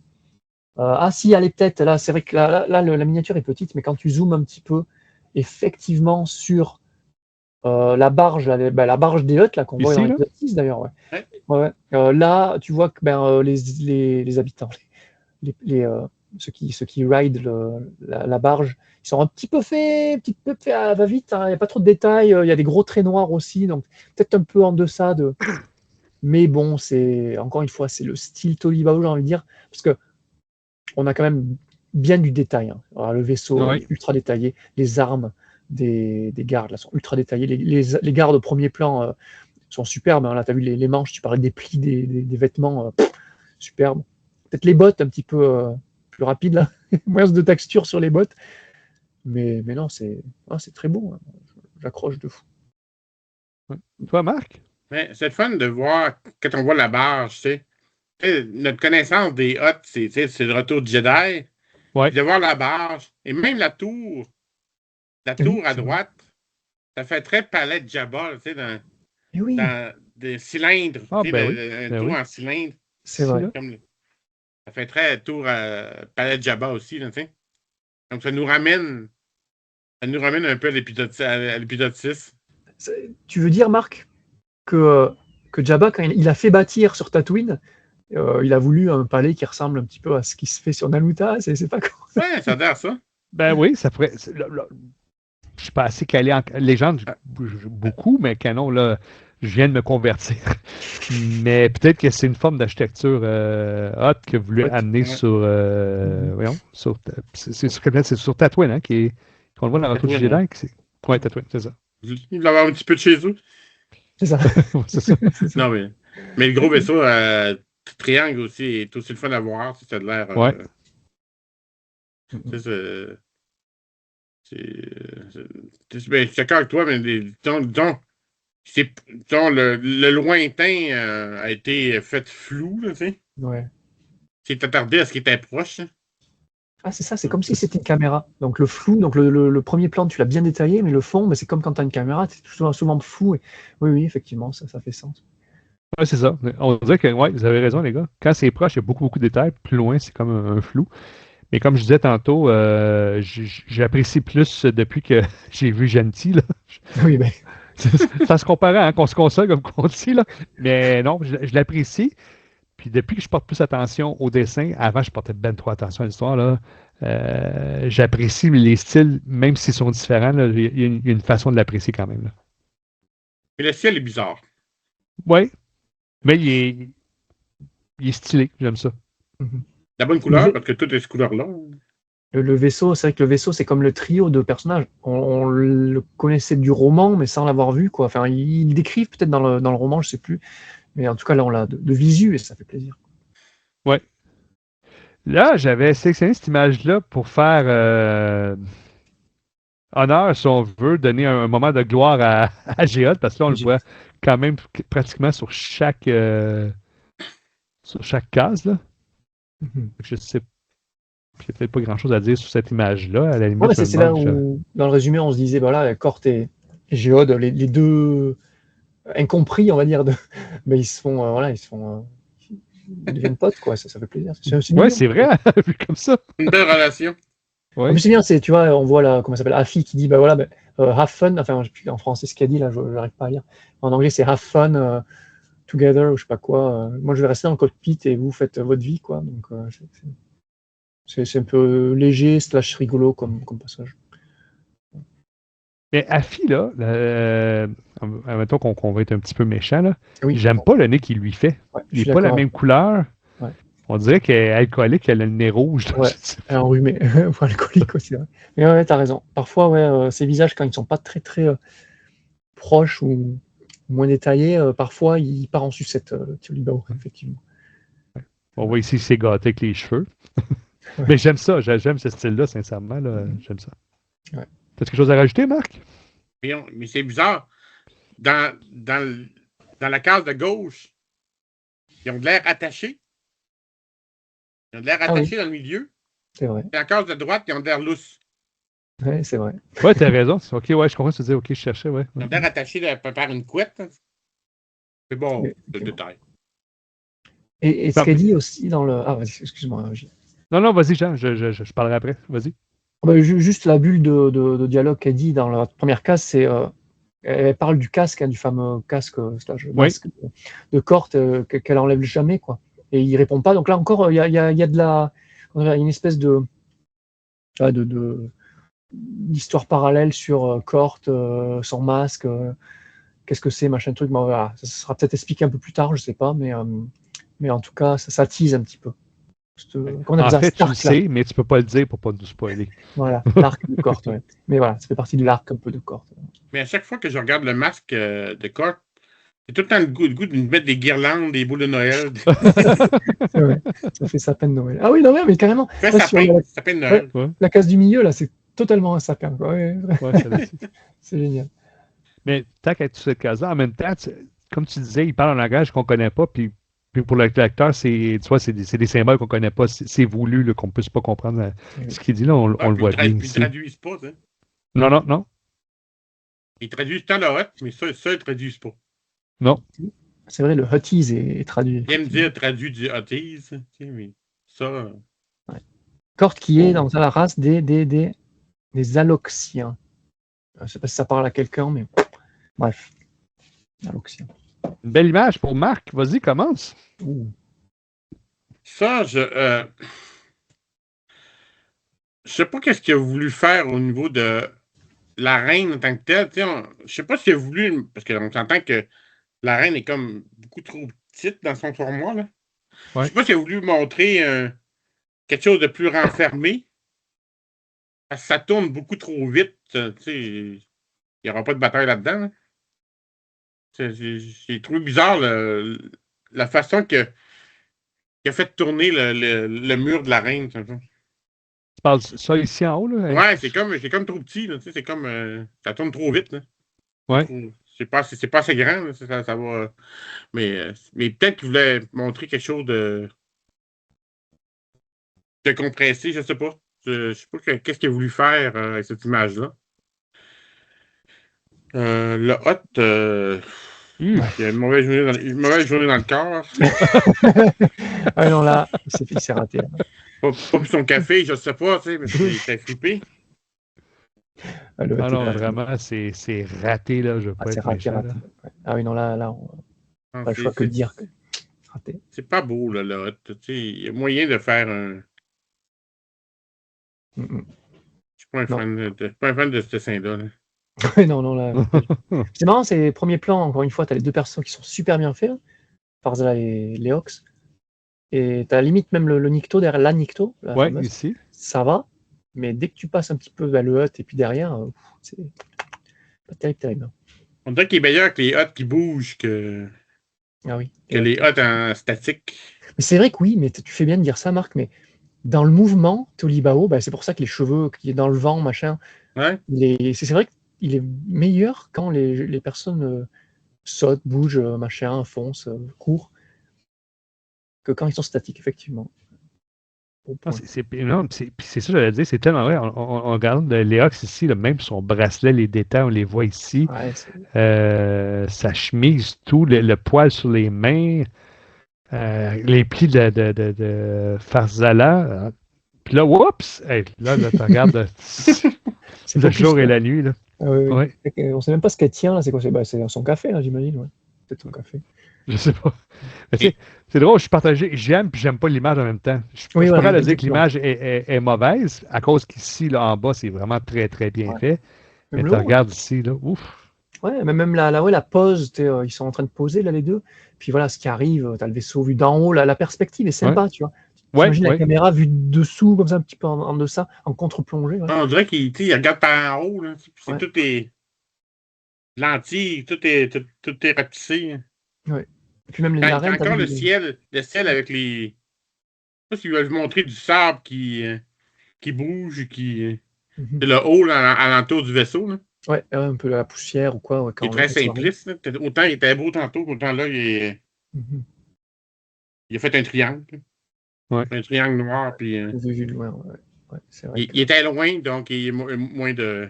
C'est ça. détails. Toujours pareil avec Tolibao, quand t'es loin, moins de détails. Hein. La reine, pareil. Hein. Là, quand t'arrives en dégradé, là, c'est pas terrible. À la fin, il faisait même plus les lignes. C'est ça. Plus tu montais, moins de lignes. C'est vrai. En dessous du poteau, là, il n'y a plus de lignes. Ouais. C'est dommage. Là, ça t'a commencé. Celle-là est belle. Parce que je ne veux pas t'influencer. Vas-y. Vas-y, Jean. Ah, pardon, c'est à moi. Oui, bah écoute, là, qu'est-ce que tu veux dire là? Là, tu as du mouvement, voilà, on parlait du mouvement. Scène d'attaque du Rancor, magnifique, franchement, c'est une des meilleures pages. Rien à dire à part juste magnifique. Son raccord, en plus, c'est un Rancor un peu différent de ce qu'on connaît, tu sais. Alors, la couleur, voilà. Moi, ça me dérange pas d'avoir des couleurs différentes de Rancor, tu vois. La bleue, pourquoi pas. Mais les poses des deux héros, là, encore une fois, contre-plongée, la caméra vue du dessous. Et non, super, les chaînes qui s'envolent. Ah non, c'est top. C'est super, magnifique. À vous. Ouais, bien optimisé, bien. Hop, vas-y, Marc. Je vais parler en dernier. Je laisse la parole aux invités. Vas-y. Non, c'est correct. Mais là, je me rappelle plus c'est quoi l'image d'avant, on peut dire, de cette image-là. Mais la seule chose que je me pose la question, c'est les deux personnages du bas, dans le fond, les deux. Léa, c'est Farzala. Non, peut-être pas par le nom, mais dire les deux personnages. Tu sais, on dirait. J'essaie de comprendre leur posture. Tu sais, que la tête. Tu sais, ils font quasiment zombie, là, tu sais, dans le fond. Est-ce qu'ils sont attachés? Je me rappelle plus c'est quoi le. Je me rappelle plus comment se fait l'attaque. Comment se fait l'attaque pour que ces personnages-là se retrouvent dans cette position-là. Là. Non, ils sont pas attachés. C'est un peu bizarre, tu sais. Ils courent. C'est peut-être moi qui ne me rappelle plus comment se fait l'histoire, comment se fait l'attaque du non, la scène, c'est-tu suite à ce qu'il vient de se faire accuser de vouloir attaquer les Hutt? Voilà. Je pense que c'est quand ils se sauvent, hein? Mais oui, non. C'est ça, ils se sauvent, et puis c'est ça, ils sont dans une espèce de couloir, et puis là, bam, il y a le truc qui arrive. Ah, ça me choque pas, tu vois, là, sur ce coup-là, Marc. Bon, c'est des pauses. Ouais, je sais pas. C'est dans l'action, quoi, donc je sais pas. Ça me va. Ouais. Puis comme tu dis, beaucoup de détails, les chaînes. Encore une fois, là on dirait qu'on est vraiment focus là-dessus, mais ça donne que la BD, ça fait ça, mais les vêtements, les plis, les différentes couches, non, j'aime vraiment, là. J'ai regardé, là, parce qu'il était dans un couloir. Puis ils ont comme arrivé face à face avec le monde. Okay. De là, le ah! Le quoi? Reculé par l'arrière. Peux-tu refaire le cri, Marc, pour nos auditeurs? J'accepte la convention. C'est correct. Ils ont le droit d'avoir peur. Ouais.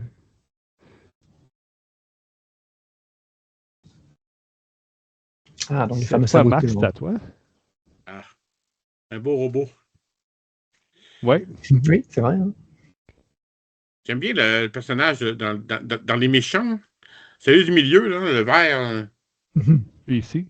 Je sais pas c'est quelle espèce, mais. Il ressemble à Yoda. Yoda en version Mastoc. Ouais, c'est vrai. Tu te dis, ça doit pas être. C'est sûrement pas le cerveau de la gang, là, mais c'est le gros bas, là, mais je trouve bien dessiné. Le robot, j'adore. Ouais, peut-être juste le masque, le visage du personnage en bas à droite. Là, qui est exagéré. Ouais. C'est pour me faire rire, mais je sais pas. Il est limite caricature. Oui, mais ouais, encore une fois, c'est du jeunesse. Donc, tu vois, c'est ça, exactement. Donc, ça passe bien. Je leur permets. Là. Ouais, mais aussi, Jean-François, comme tu aimes les vignettes s'interposent une dans l'autre, tu as les pieds de la vignette d'en haut dans la case d'en bas. Oui. C'est une des raisons que j'ai choisi. Il faut un peu de style comme ça. Là. Ah, c'est vrai? Ouais. J'aime bien. Non, ça te dérange ça, JF? Non, j'aime ça quand ça chevauche. Je trouve que ça met du dynamisme dans la BD. J'aime vraiment ça. Oui, voilà, c'est ça. Ça change des cases séparées, quoi. Ouais. Ils sont plus sur leur plancher. Là, ouais, en plus, il est stylé. T'as vu, le plancher est bien fait aussi. Ouais. Les portes aussi, non, franchement, c'est bien détaillé, là. Tony Bao, bien. Puis là, encore une fois, avec Géode, là, peut-être que c'est trop petit pour les gens, là, mais lui, je ne sais pas son nom, qui dit Hé, et où est passé le caillou? Tu vas encore à la recherche de Géode. Géode, on dirait si tu ne regardes pas une fraction de seconde, il est trop tard, là, il s'est déplacé. C'est ça. Ben là, c'est que. Oui. Ah oui, t'as pas le bas de la page, mais c'est ce qui se passe. Tu vois. Il dit quoi? Il y a des Hutt qui arrivent là, c'est ça? Il y a des chasseurs Hutt. Ouais, c'est ça, il y a des paquets de chasseurs Hutt qui arrivent, qui font sur nous. Et puis la case d'après, juste en dessous, ça va être Géode qui apparaît à ses côtés. Ouais, c'est ça. C'est rigolo. Mais je viens de voir quelque chose. Je ne sais pas si Oui. tu es d'accord avec moi, mais quand on regarde la case du haut, qui est Oui. dessinée quand même assez stylisée, tu sais, c'est pas bien fait. Puis la case du bas, on dirait que c'est plus cartoon. On dirait que c'est pas on dirait que c'est à bord, on dirait quasiment même pas que c'est le même dessinateur. Mhm. C'est pas le même style de couleur, c'est pas le même style de personne. Tu sais, je trouve Ah oui, c'est plus jeune, c'est plus. oui. On dirait que c'est Je vois, vraiment pas le même dessinateur en haut et en bas. Pourtant, je- c'est la je même vois- scène. je vois ce que tu veux dire. Ouais. Ouais. T'as l'impression qu'il a utilisé des crayons de différentes épaisseurs ou je sais pas quoi. C'est plus épais en haut et c'est plus lisse en bas. Et même le visage. Comme pas la même année, tu sais, comme Ouais. si c'est deux dessins qui n'avaient pas été faits dans la même période, pas dans la même décennie, là, tu sais. C'est vrai. Ça fait un peu plus vieillot en haut et plus moderne en bas. Oui, oui. Particulièrement le chandail Ça, ici. c'est Là. le vieux dessin des années Ouais. 80, là, tu sais. Ouais, c'est ça, le chandail, le Nikto. Ouais. Le Nikto, c'est flagrant sur lui. Ouais. Pourtant, c'est le même dessinateur qui fait les deux, là, tu sais. Oui. Qui a dû enchaîner en plus, l'une case après Plusieurs. l'autre. Non, je sais pas. Ou peut-être Ouais. pas. Hein, peut-être que il a fait la première, puis il est tombé malade, et puis 2 mois plus tard, il a fait la suite. Il a demandé à son frère, regarde, quand t'as tellement de nom de famille, ils verront pas la différence. C'est On ça. le voit. Il a demandé à Kevin. Je te confirme, on le voit. Trop bien. Oh Et là ça, là. c'est Ah oui, l'image oui. finale de l'issue numéro 6. C'est Jean, super. à toi la parole. Non, mais écoute, ça pourrait limite faire une couverture de numéro, quoi. Enfin, tellement je trouve ça magnifique. Mais là, le niveau de détail sur Farzala, emprisonné, magnifique. Oui. J'imagine que c'est des chaînes et des menottes c'est quoi le métal qui annule les pouvoirs Jedi, hein, parce que bon, Ah oui, je oui, ne oui. dire.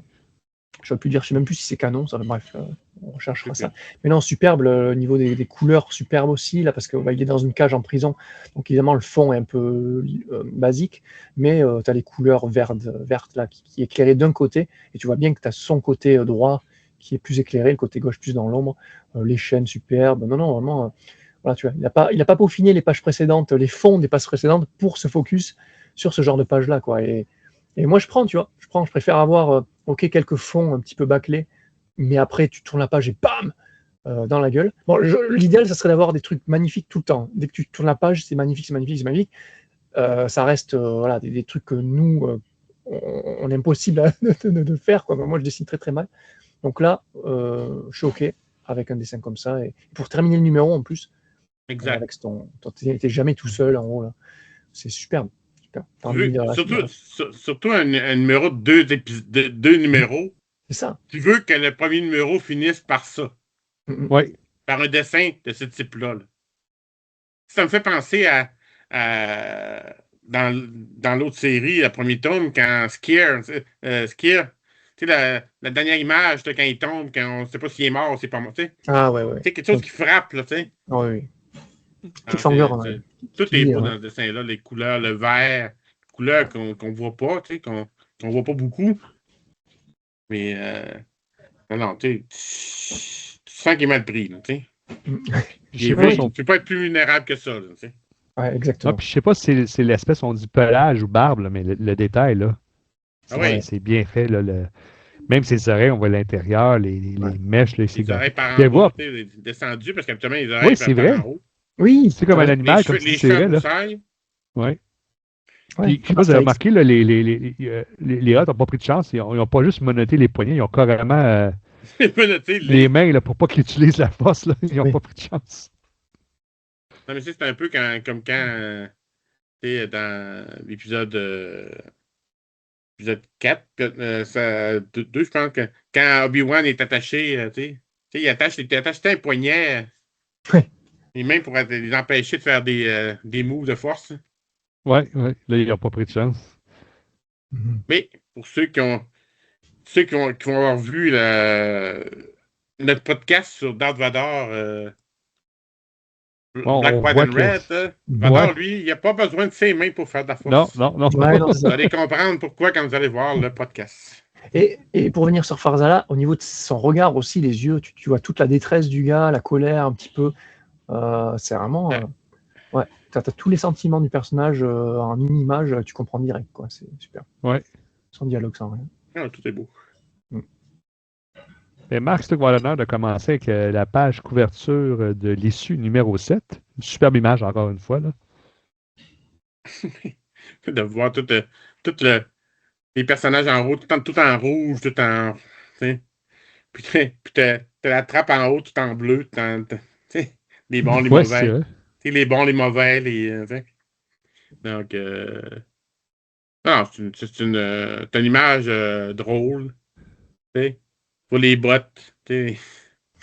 les bottes, les armes, tu t'occupes de tes 3 têtes qui dépassent. Non, surtout quand tu sais que le deuxième numéro, ils vont à la rescousse de sauver. C'est une belle image de couverture. Et on va sauver du monde. Là. Ouais. Donc, Jean, tu veux rajouter quelque chose? Bah écoute, non, pas grand-chose, il n'y a pas grand-chose à dire. Bah, je ne l'aurais pas mis en couverture de tome, c'est là pareil, contrairement à la précédente. Mais non, comme toi, Marc, j'aime beaucoup les deux couleurs, le côté un petit peu comique du truc. Ça explique un petit peu ce qui va se passer dans le tome, même si, dans le numéro, même si. Et non, c'est ni Léox, ni. C'est juste Afi et Kort qui vont se balader dans le vaisseau et se planquer. Donc c'est un peu mensonger, viteuf, mais c'est pas grave, hein, on s'en fout, c'est une couverture. Peut-être le visage de Farzala, peut-être, non? Qui est un Ouais, petit peu hein? en mode. Il me semble qu'il manque de cheveux ou de poils ici, là. C'est peut-être pour ça. Pas assez de poils sur Farzala. Harvey, t'as oublié des poils. Mais non, à part ça, non. Mais une très, très jolie cover, hein, n'empêche. C'est. Ah, puis on sait que les aventures, c'est plus, comme tu disais, jeunesse, là, le style. Je trouve que ça fait genre 3 gamins qui achètent du lit, là, puis qui regardent Mais, ce que nos parents vont nous trouver. Là. Je trouve que ça fait un peu ça. Là. J'aime ce style-là. Là. ça. Encore la base de l'unité galactique. Là, on en voit un peu plus sur les Hoth. On voit la planète. J'aime ça qu'on voit le genre de flotte qu'ils ont. Shadar, Ouais. la capitale. Ouais. Mais justement, c'est pour ça que je me disais, c'est peut-être dans le Mandarin Grogu, là. Dans Luta, c'est pas. Tu vois un petit peu derrière, là. C'est plus des bâtiments voilà, un petit peu ronds, comme tu disais, comme le palais de Jabba sur Tatooine. Tu as pas mal de végétation. Tu vois, c'est pas une Coruscant bis, quoi. Narshada, c'est plus une Coruscant bis, par contre. Ouais, c'est la capitale. si on C'est se fie, la capitale commerciale, tu sais, des affaires, tandis que Naluta, c'est le crime, c'est le. Mais Narshada, si je me rappelle bien, c'est aussi, il y a pas mal de contrebandiers, enfin de machins, de Ouais, mais c'est gangsters. quand même les Hoth, là, il faut s'entendre. Ouais. Mais c'est le des planètes. commerce, c'est le. Ouais. Parce que vous qui connaissez plus le Legends, c'est des planètes voisines ou comment ça se fait? Parce que bon, phonétiquement, ça se ressemble, mais est-ce qu'elles sont proches l'une. Oui, Ouais. c'est dans le même, tu sais, le même système. Là. Le même système, voilà, c'est ça. Le système des Hoth. Ah oui, en plus, oui, c'est marqué juste en dessous, en fait. Planète du Hutt Space. Voilà, Hutt Space, donc t'as Narshada et Naluta. Ah bah tu vois, je sais. C'est ça, les deux planètes servent pas à la même chose, dans le fond. Voilà. Ok. Ah, c'est peut-être Narshada, du coup, dans Mandarin et Grogu. Bah, on a hâte de voir. Mais ouais. Bah après, pareil, les Hutt en dessous, là, t'as vu. Il a du mal avec les Hutt. Hein. Ouais, vraiment. Jabba, j'aurais pas reconnu Jabba, là, tu vois. S'il n'y avait pas le petit. Alors, comme ça. Ouais. Ah, il est tout jeune, là, tu sais. Il est tout jeune, c'est vrai. Il a 470 au vrai. Oh, oui. Et là, il est moins dans la ridé, fleur de l'âge. effectivement. Et pareil, à côté, on a Gracchus avec ses pattes. Ouais. Je sais plus dans quoi on l'a vu. On l'a vu dans quoi, ça? Moi non plus. Ça me dit quelque chose, mais je me souviens pas où. Ça me dit quelque chose aussi, mais ça me dit. Moi aussi, je le connais aussi, on l'a vu ailleurs. Ouais, on va Pas chercher dans les ça. Clone Wars ou dans. Ah, peut-être les Clones Noirs, t'as raison. Ouais, peut-être là, ouais. Accuse de Hoth. Mais c'est ton tour, Jean, commence. Alors, ben là, c'est quand Farzala va. Alors, attends, c'est où? C'est quand? Il va s'attaquer au Quand Dangir? il sort de la cage. Oui, non, ok. Il sort de la cage, pardon. C'est pas les Dangir, excuse-moi, j'avais vu. Mais oui, c'est les espèces de créatures, parce qu'on apprend, voilà, dans les prisons des Hutt, donc tu as des cages qui pendouillent comme dans des châteaux forts. Ah, les douves. C'est ça, les douves des châteaux, je sais plus. Bref. Et puis en dessous, on voit, alors il y avait un dessin auparavant où tu voyais juste des espèces de visages pas très bien faits, justement parce qu'on ne savait pas trop ce que c'était. Mais on savait qu'il y avait des espèces de monstres en dessous. Et là, donc il s'échappe de la cage en mode, on a passé les flashbacks, mais voilà, il a pensé à son maître, à l'enseignement de son maître et tout. Il a regagné espoir. Et donc il a pété sa cage et là, il atterrit comme dans les douves du château là, des Hutt. Et puis là, il a une espèce de pause, mais C'est ultra iconique. Moi, j'adore ce genre de pose. Encore une fois, là, tu démarques à la manga, à la animé japonais, quoi. Donc, très, très stylé. À la Spider-Man, un peu. Tu sais, qui Ouais, la absorbe Spider-Man. le choc, là. Ouais, non, c'est super. Après, avec ces. Je sais pas trop ce qu'il y a autour, là. On sait pas trop les espèces de créatures, là. Espèces de crabes avec des yeux bizarres, là. Mais ouais, non, c'est. Non, bah, j'aime beaucoup. J'aime beaucoup le style. C'est peut-être un peu moins détaillé, là, tu vois. Bon, il n'y a pas trop de fond, c'est blanc. Les tentacules, là, les espèces de lianes sont un peu plus vite fait. Mais, tu vois, moi, je regarde, mon œil se focus sur Farzala, ça pose, et je trouve ça stylé, quoi. Voilà. Ouais, Ouais. non, j'aime bien. Tu l'as-tu enregistré, Marc? Mais ça, tu sens que là, il est en méditation, puis là, Ouais. il se prépare Ça. à contre-attaquer. Donc, Oui, avec les c'est cheveux vrai dans que les l'image airs. d'en haut, quand il médite, là, même si elle est petite, elle est bien faite. Hein? On voit tous les Oui, c'est vrai. détails. Mais en haut, de pas à la même place, parce qu'en haut, il y a les cheveux par le bas, tandis que dans le bas, on dirait il vient de sauter. Tu sais. Oui, c'est ça, il tombe, là, il tombe Il dans. tombe, tu sais, il Ouais, vient de sauter, ouais. il y a encore les cheveux dans les airs. C'est pour le Ouais. mouvement, ouais. Encore une fois, dans le mouvement, Tolibao, il maîtrise quand même. Oui, c'est spécial à dire qu'il est plus habile avec le dynamisme Ouais, qu'être statique. ça. Et donc Gracchus, pour info, Oui. donc, il apparaît dans la série Star Wars en comics de 2015, la toute première série du canon Star Wars. Donc c'est là qu'il apparaissait. Il est apparu dans Podamron. Alors j'ai pas lu Podamron. Puis dans Dark Maul aussi. Et dans Dark Maul, voilà, 2017. Exactement. Voilà. Et très Mais cette stylé avec image-là, ces petites pattes Gracchus. Cette mais image-là. cette image-là, de choses que j'aimais encore une fois, Géode qui joue un tour, là, qui Ah apparaît. oui, Puis il j'ai aimé l'effet réapparaît. domino. Jeter. Tu sais, à chaque fois, ça change davantage. Mais Ouais. vas-y, Marc, je te laisse la parole. Oui, donc, ouais, le personnage rouge, hein, je m'habituerai jamais. Mais on dirait Crâne Rouge, l'adversaire de Captain America. Oui, c'est vrai. C'est vrai. Oui! Oui, Red Skull, je pense. Let's go. Parce que, hein, Crâne Rouge. Crâne. Euh, je le trouvais pas beau au début. Je le trouvais pas beau la deuxième fois. Je le trouve pas beau la troisième. Mais il est pas Euh, beau. Il est pas beau. C'est un méchant, il est pas beau. non, je sais, mais je sais pas. Mais j'aime la dernière image, tu sais, le classique, là, tu sais. Le méchant tac, le bon arrive pour l'autre méchant arrive. Ouais, Et ça c'est rigolo. Ouais. C'est classique, mais c'est efficace. Ouais. la roche, le crâne rouge, la fille, le robot. Et le détail sur le fond, où tu as le maître de Farzala qui est endormi. Ah oui, il est encore endormi. Sur 2 cases, et sur la troisième, il pue là. Tu dis, il s'est réveillé entre temps, et puis la page d'après, tu as ta réponse, mais c'est fait exprès, quoi. Ouais. Il a laissé ce personnage-là juste pour narrer le fait qu'il va se réveiller de son hibernation et tout défoncer. Ouais. Avez-vous remarqué que ça, c'est Géode, ça? Oui. La roche? Elle est de plus en plus maganée, hein? Ah, il a Elle pris fait des beaucoup pètes. plus de lignes qu'au début. Elle a pris quelques pètes, effectivement. Il me semble qu'elle était beaucoup plus lisse et, Oui. au début de l'épisode. Alors comment elle se fait soigner? On ne sait pas. Est-ce que c'est le Bacta, si le liquide pénètre dans les fissures, ça risque de péter. Donc ça va peut-être pas marcher sur lui. Donc est-ce Hein? qu'il se fait cimenter là avec, Ouais, Ouais, c'est ça. un petit peu de creepy. Mettre un peu de plâtre. Hein. Je vais l'agrandir. Ah, tiens, ils ont ramené l'autre dessinateur. Ah, tu trouves? Ah oui, Le oui, 5 qui ne fit absolument pas que le reste. plus lisse, effectivement. C'est pas du tout. On dirait que c'est vraiment pas le même dessinateur. Oui et non, parce qu'il y a l'effet Tolibao, où est-ce que, comme on a dit, où est Charlie, qu'il y a beaucoup de personnages dans le même, Non, mais mais c'est pas la même couleur. C'est pas la même couleur. non, C'est pas non, c'est c'est ça. beaucoup trop lumineux. Tu sais, Trop c'est clair, hein? Ouais, c'est plus clair. Ouais. Voilà, la ligne est plus claire, comme clair. s'il avait changé de crayon. Ouais. Ça ressemble pas du tout. Ouais, Ah, t'as quand même le côté aux autres dessins.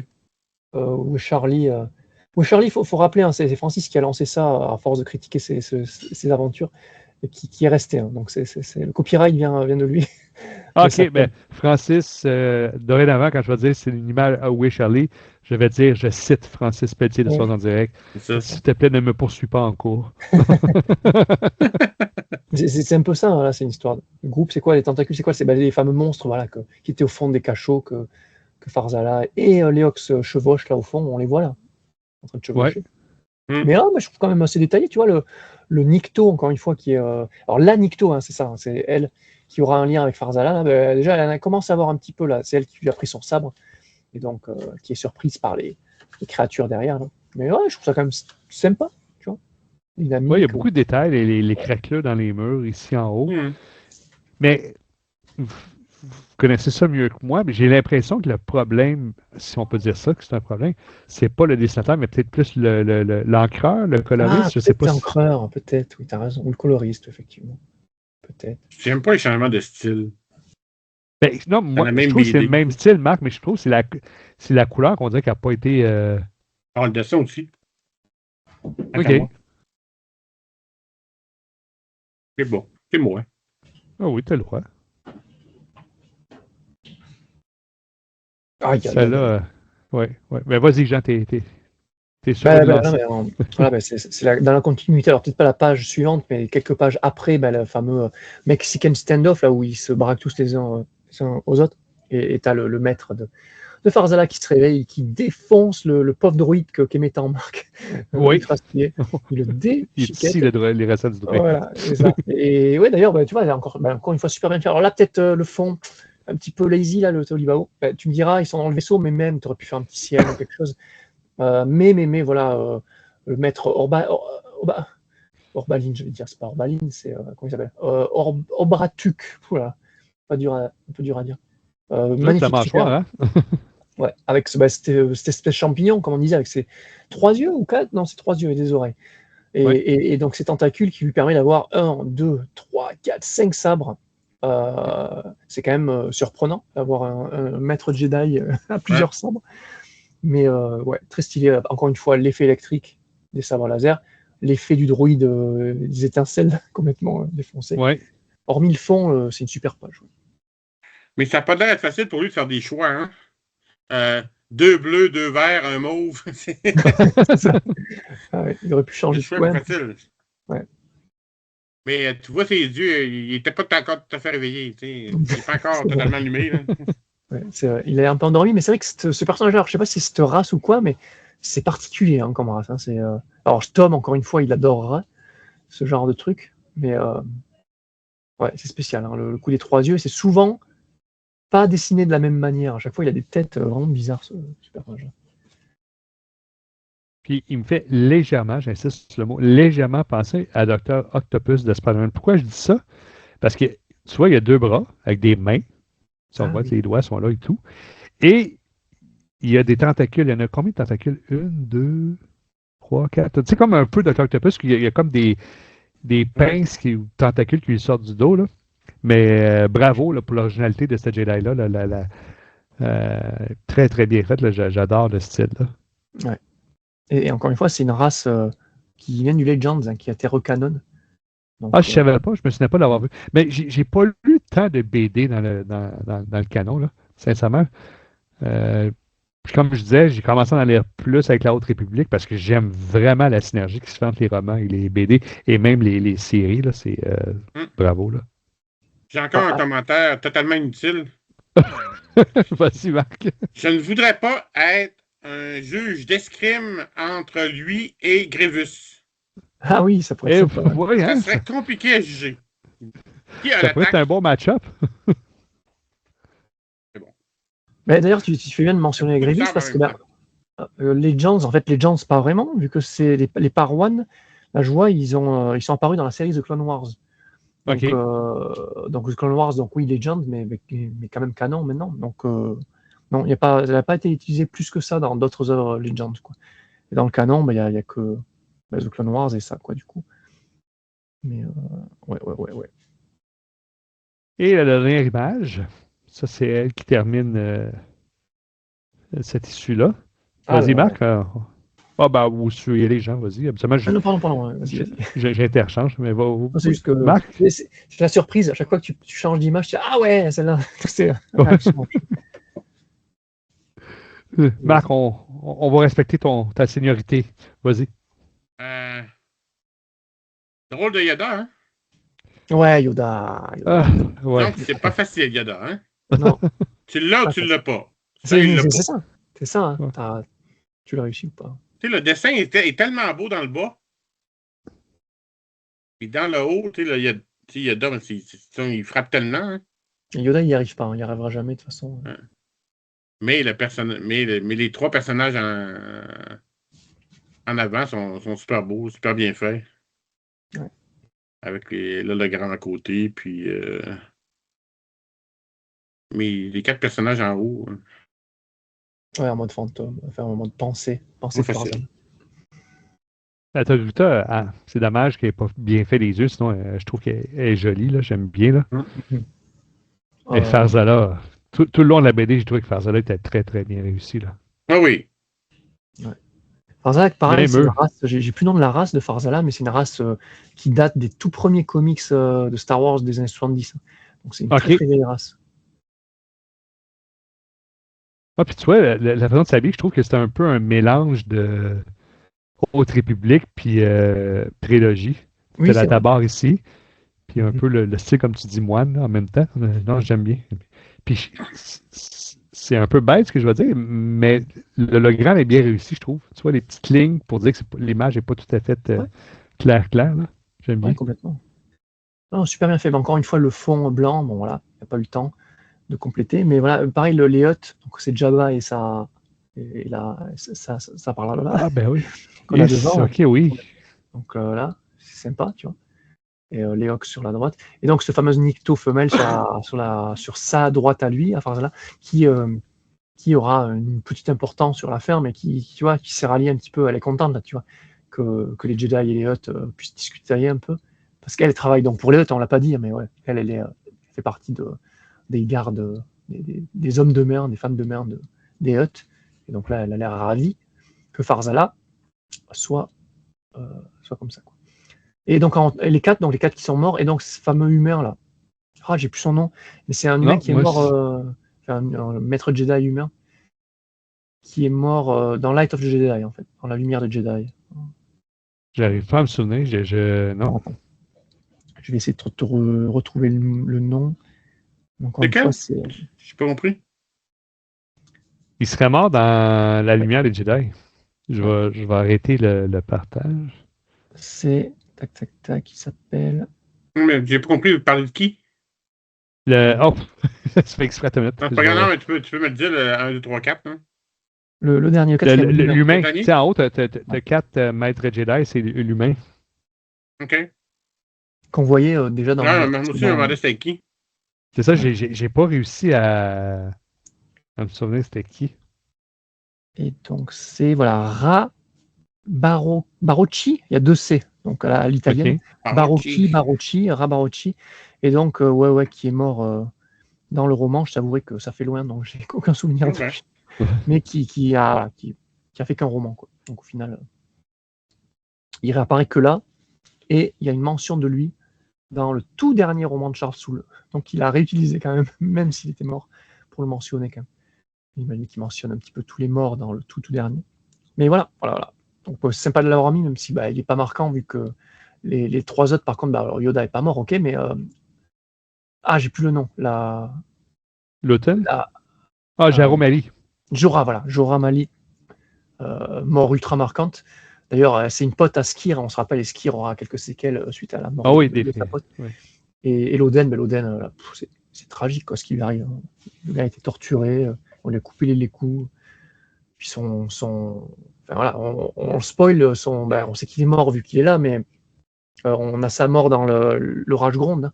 Hein, et la mort est terrible parce qu'il y a son padawan qui arrive, donc Bel Zetifar, pour le sauver, pour le sauver des Nahil. Mais là, tu as les sans-noms qui arrivent et qui le transforment en cendre devant son padawan, quoi. C'est un super moment de la phase 1. C'est un truc qui tresse encore des années après. C'est l'Oden, la relation avec son padawan, son destin tragique, c'est... Non, Charleston avait bien réussi à nous faire sentir le lien entre ces deux-là. Là. Bravo là, dans le Lumière des Jedi. Mais malheureusement, Ben, tu vois, l'arc se finit sur cette image-là, et puis après, hop, oui.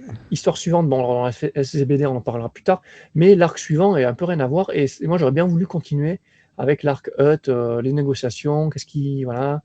Donc, bon, on verra si on a une réponse à ça, un payoff à toute cette histoire-là. Voilà. Ben, on arrive au tour de table pour donner la note, à moins que vous ayez d'autres trucs à rajouter en termes d'analyse critique. On va avec le tour de table pour une note sur 10. On va laisser Marc, encore une fois, grâce à sa grande ancienneté, il y a beaucoup de syndicalistes dans notre groupe. J'aime dire ça, puis c'est tellement pas le cas. Vas-y, Marc. Moi, au niveau de la note, je donnerais un 7.3. Oh, première fois que c'est pas. Ouais, 7.3, 7.5, ça c'est c'est trop jamais élevé vu. pour moi. 7, c'est peut-être trop bas. Donc 7.3. Ça veut dire. T'as le droit, on a le droit de faire ça. Oh, oui, mais c'est une première. On peut faire ce qu'on veut. Hein. Tant qu'il ne dit pas 7.3, 2, 4, 5, 8, 9. C'est ça, ok. De toute façon, Jeff arrive avec une note puis il change tout le temps quand il arrive à l'émission au podcast. Donc, après nos commentaires. Non, mais comme je dis, c'est une belle petite histoire. Trop courte. Elle a quand même été lancée rapidement. C'est pas de leur faute. Il y avait deux numéros pour faire l'histoire. Les dessins. J'ai trouvé bizarre le côté deux styles différents. Tu sais, quelques dessins qui n'avaient aucun rapport avec le reste de l'encre, de la couleur, des traits. On dirait vraiment qu'il y a eu des journées de vacances puis il était remplacé pour quelques cases, le dessinateur. Moi, ça m'a fait fatiguer. Surtout que j'aimais pas les autres, ces quelques dessins-là. Mais l'histoire était bonne. Elle suit à la suite. Elle a des liens avec les autres BD parce qu'on voit les négociations avec les Hutt. Puis de revoir des Hutt, c'est intéressant. D'entendre Jabba, de voir nos personnages, comme je disais au début, qu'on avait moins vus avant. Puis de voir Farzala, qui est vraiment un personnage intéressant visuellement. Hyper intéressant visuellement. Donc, j'espère qu'il va être exploité. Donc, j'y vais avec mon 7.3. Okay. Mais vas-y, Jean, c'est ton tour. Ouais, c'est rigolo parce que Farzala, là, en arrivant sur la fin, la publication VF Panini, la phase 3, les derniers tomes, la conclusion, c'était Farzala. Ah non, je vais m'arrêter là, en couper ce passage. Ouais, spoil-nous pas, là, toi. Pardon. Non, parce que, en fait, plus ça avançait, en fait, je me focusais tellement dans les aventures sur Zinelula et Krix, qu'on a vu dans la tome 1. Voilà, on va plutôt rattacher sur ce qu'on connaît déjà, pardon. Ouais. Et ce qui sont des personnages que j'aime beaucoup, hein, Zinelula et Krix, du coup, qui rend Farzala, Cort et toute la clique un peu, comme tu disais, Marc, au tout début, dans le background. Et là, relire Stark-là seulement, focus sur lui, sans Zinelula, du coup, comme vous, je me suis dit, ben oui, mais c'est vrai qu'en fait, Farzala est plus intéressant que ce que je me rappelais, que quand arrivé là où j'en suis. Comment Ben ouais, non, bref. Donc, on sent Jean qui se mord la langue. Non, faut pas que je dise ça. Non, c'est ça. Non, mais disons que cette partie-là va être sous-titrée pour les malentendants. Ouais. Disons qu'il y a peu d'arcs où Farzala sera tout seul, et tout seul entre guillemets, là, qui a sans Zinelula. Et Zinelula efface un petit peu ce qui se passe avec les autres. C'est plus des supports. C'est pas quand tu joues un jeu vidéo, tu as ton groupe principal et tu as des personnages supports. Voilà. Farzala, c'est un personnage support. Là, Stark, là, il est personnage principal. Il est encore bien mis en avant et ça me donne envie de relire la suite, parce que j'ai hâte de voir la suite, voir comment il est développé, et je pense que c'est un personnage que je réévaluerai avec le temps, parce que je dois avouer que plus ça a avancé, moins il m'intéressait, mais encore une fois, là, Stark m'a réévalué le personnage. Les dessins, j'adore, je ne vais pas revenir sur Tolibao, gros fan, toujours. Donc ouais, une très très bonne relecture. Merci encore à vous de m'avoir invité pour ce Stark-là, que j'avais oublié, j'avoue, qui est en mini-arc au milieu de gros arcs qui ont plus d'importance peut-être dans l'or de notre République. Là, voilà, on l'avait oublié, Biboussa. Et c'était bien le fun, comme on dit. Donc je vais aller avec on avait mis un 15 sur 20, un 15,5, mais c'est sur l'ensemble du tome 2. Tu sais, sur Star Wars en direct, on critique les tomes. Donc là, tu enlèves l'annual, tu enlèves le FCBD, le numéro bonus du arc précédent, juste ça. Ouais, j'ai bien envie d'arrondir au-dessus à 16 sur 20, donc 8 sur 10. Donc très très bonne lecture. Un vrai kiff, comme disent les jeunes. Voilà. Oui. Mais maintenant, à mon tour, est-ce que j'ai passé un bon moment? Définitivement. Tout comme vous, j'ai davantage apprécié faire cela. J'espère le voir plus, mais tu sembles me dire que ce ne sera pas le cas, mais bon, on va faire avec. Merci. Du coup, j'ai spoilé ça. Ah, disons qu'il non. Il est dans le groupe, quoi. Non, tu nous as pas spoilé l'histoire, là. Je veux dire, on sait juste qu'on le verra pas autant qu'on aurait voulu, là. C'est correct, tu n'as pas t'en de ça. Mais comme on disait, j'ai mieux apprécié les dessins après avoir analysé Gentil, là. Merci à lui. J'apprécie. Ouais, ça me fait plus apprécier son style. J'ai bien aimé ça. C'est sûr que les hottes étaient un peu manqués, mais il y a beaucoup de dynamisme. Ça, j'ai aimé ça aussi au niveau des images. L'histoire, même si c'était court, mais bien. Mais c'est drôle, Marc, je suis d'accord avec toi. J'étais vraiment embêté dans ma tête. C'était 7, mais j'étais là. C'est plus il y a un petit quelque chose d'un plus qu'un 7, mais je ne peux pas donner un 7,5. Là, il n'y a pas assez de profondeur. L'histoire ne dure pas assez longtemps. Donc, Marc, t'as ouvert la porte. Je vais faire comme toi. Je vais y aller avec un 7,3 là, quelque part entre les deux. Mais je le dis aux gens, lisez-le. Là. Si vous avez passé un bon moment, là, trompez-vous pas. Et pas un 7,4 ou 7,2, non, c'est 7,3. Non, 7,3. Encore plus. 7,2,5, mais comme on a arrondi à 3. C'est ça. C'est ça, 7,2,5. Ah oui, non, 7,3. Sinon, ça finira plus. Ben, avant d'y aller pour le mot de la fin, je vais faire des remerciements, comme d'habitude, à nos deux monteurs, soit Guillaume et Claude. Un gros merci pour le montage, le temps que vous mettez à faire ça, c'est très apprécié. Un gros merci à Marc et Jean de s'être prêtés au jeu. Jean qui va être rendu à 13 heures consécutives d'enregistrement. Non, j'exagère. Ouais, pas loin. Puis Marc qui s'est couché tard avec moi hier pour l'enregistrement de Black, White and Red. Donc, un gros merci à vous deux. C'était bien amusant de faire ce podcast-là. Jean, je vais te laisser dire aux gens sur quelle plateforme ils peuvent retrouver Star Wars en direct. Et après, Marc, prépare-toi mentalement, c'est à ton tour pour Star Wars Littérature Québec. Vas-y, Jean. Okay. Bon, on va essayer de rien oublier, parce que contrairement à quand on enregistre sur Star Wars en direct, on a toujours la miniature avec tous les réseaux. Donc oui, si vous voulez retrouver Star Wars en direct, podcast, émission sur YouTube, en podcast sur Apple Podcast, Spotify, Deezer peut-être, je sais pas. Bref, toutes les bonnes applications de podcast, voilà. Réseaux sociaux partout, Facebook, Thread, X, Blue Sky, Instagram. C'est bien, je l'ai fait il y a quelques heures là, donc je l'ai encore en tête. On n'a rien oublié. Peut-être, non, on n'est pas encore sur TikTok. Est-ce qu'on sera sur TikTok un jour? Je ne sais pas. Mais voilà, Instagram, j'ai dit. Non, et voilà. Donc retrouvez-nous là. Et Discord, mais voilà, j'avais oublié le Discord. Je sais pas, il manquait quelque chose. Le Discord, le fameux Discord. Donc, viennent sur le Discord, c'est bien sympathique. Voilà. Ben, avant de laisser parler à Marc, il faudrait que tu me le dises sur Messenger quand vous faites un Discord. J'aimerais ça le faire comme Jeffrey, puis aller jaser avec vous. Là. Tu me procureras là, sur Messenger, ce serait le fun. Marc, t'es prêt mentalement? Oui, je suis prêt. Vas-y.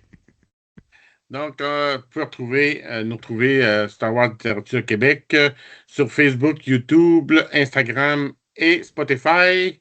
Et bientôt sur Apple Podcasts. On s'en vient tranquillement, pas vite.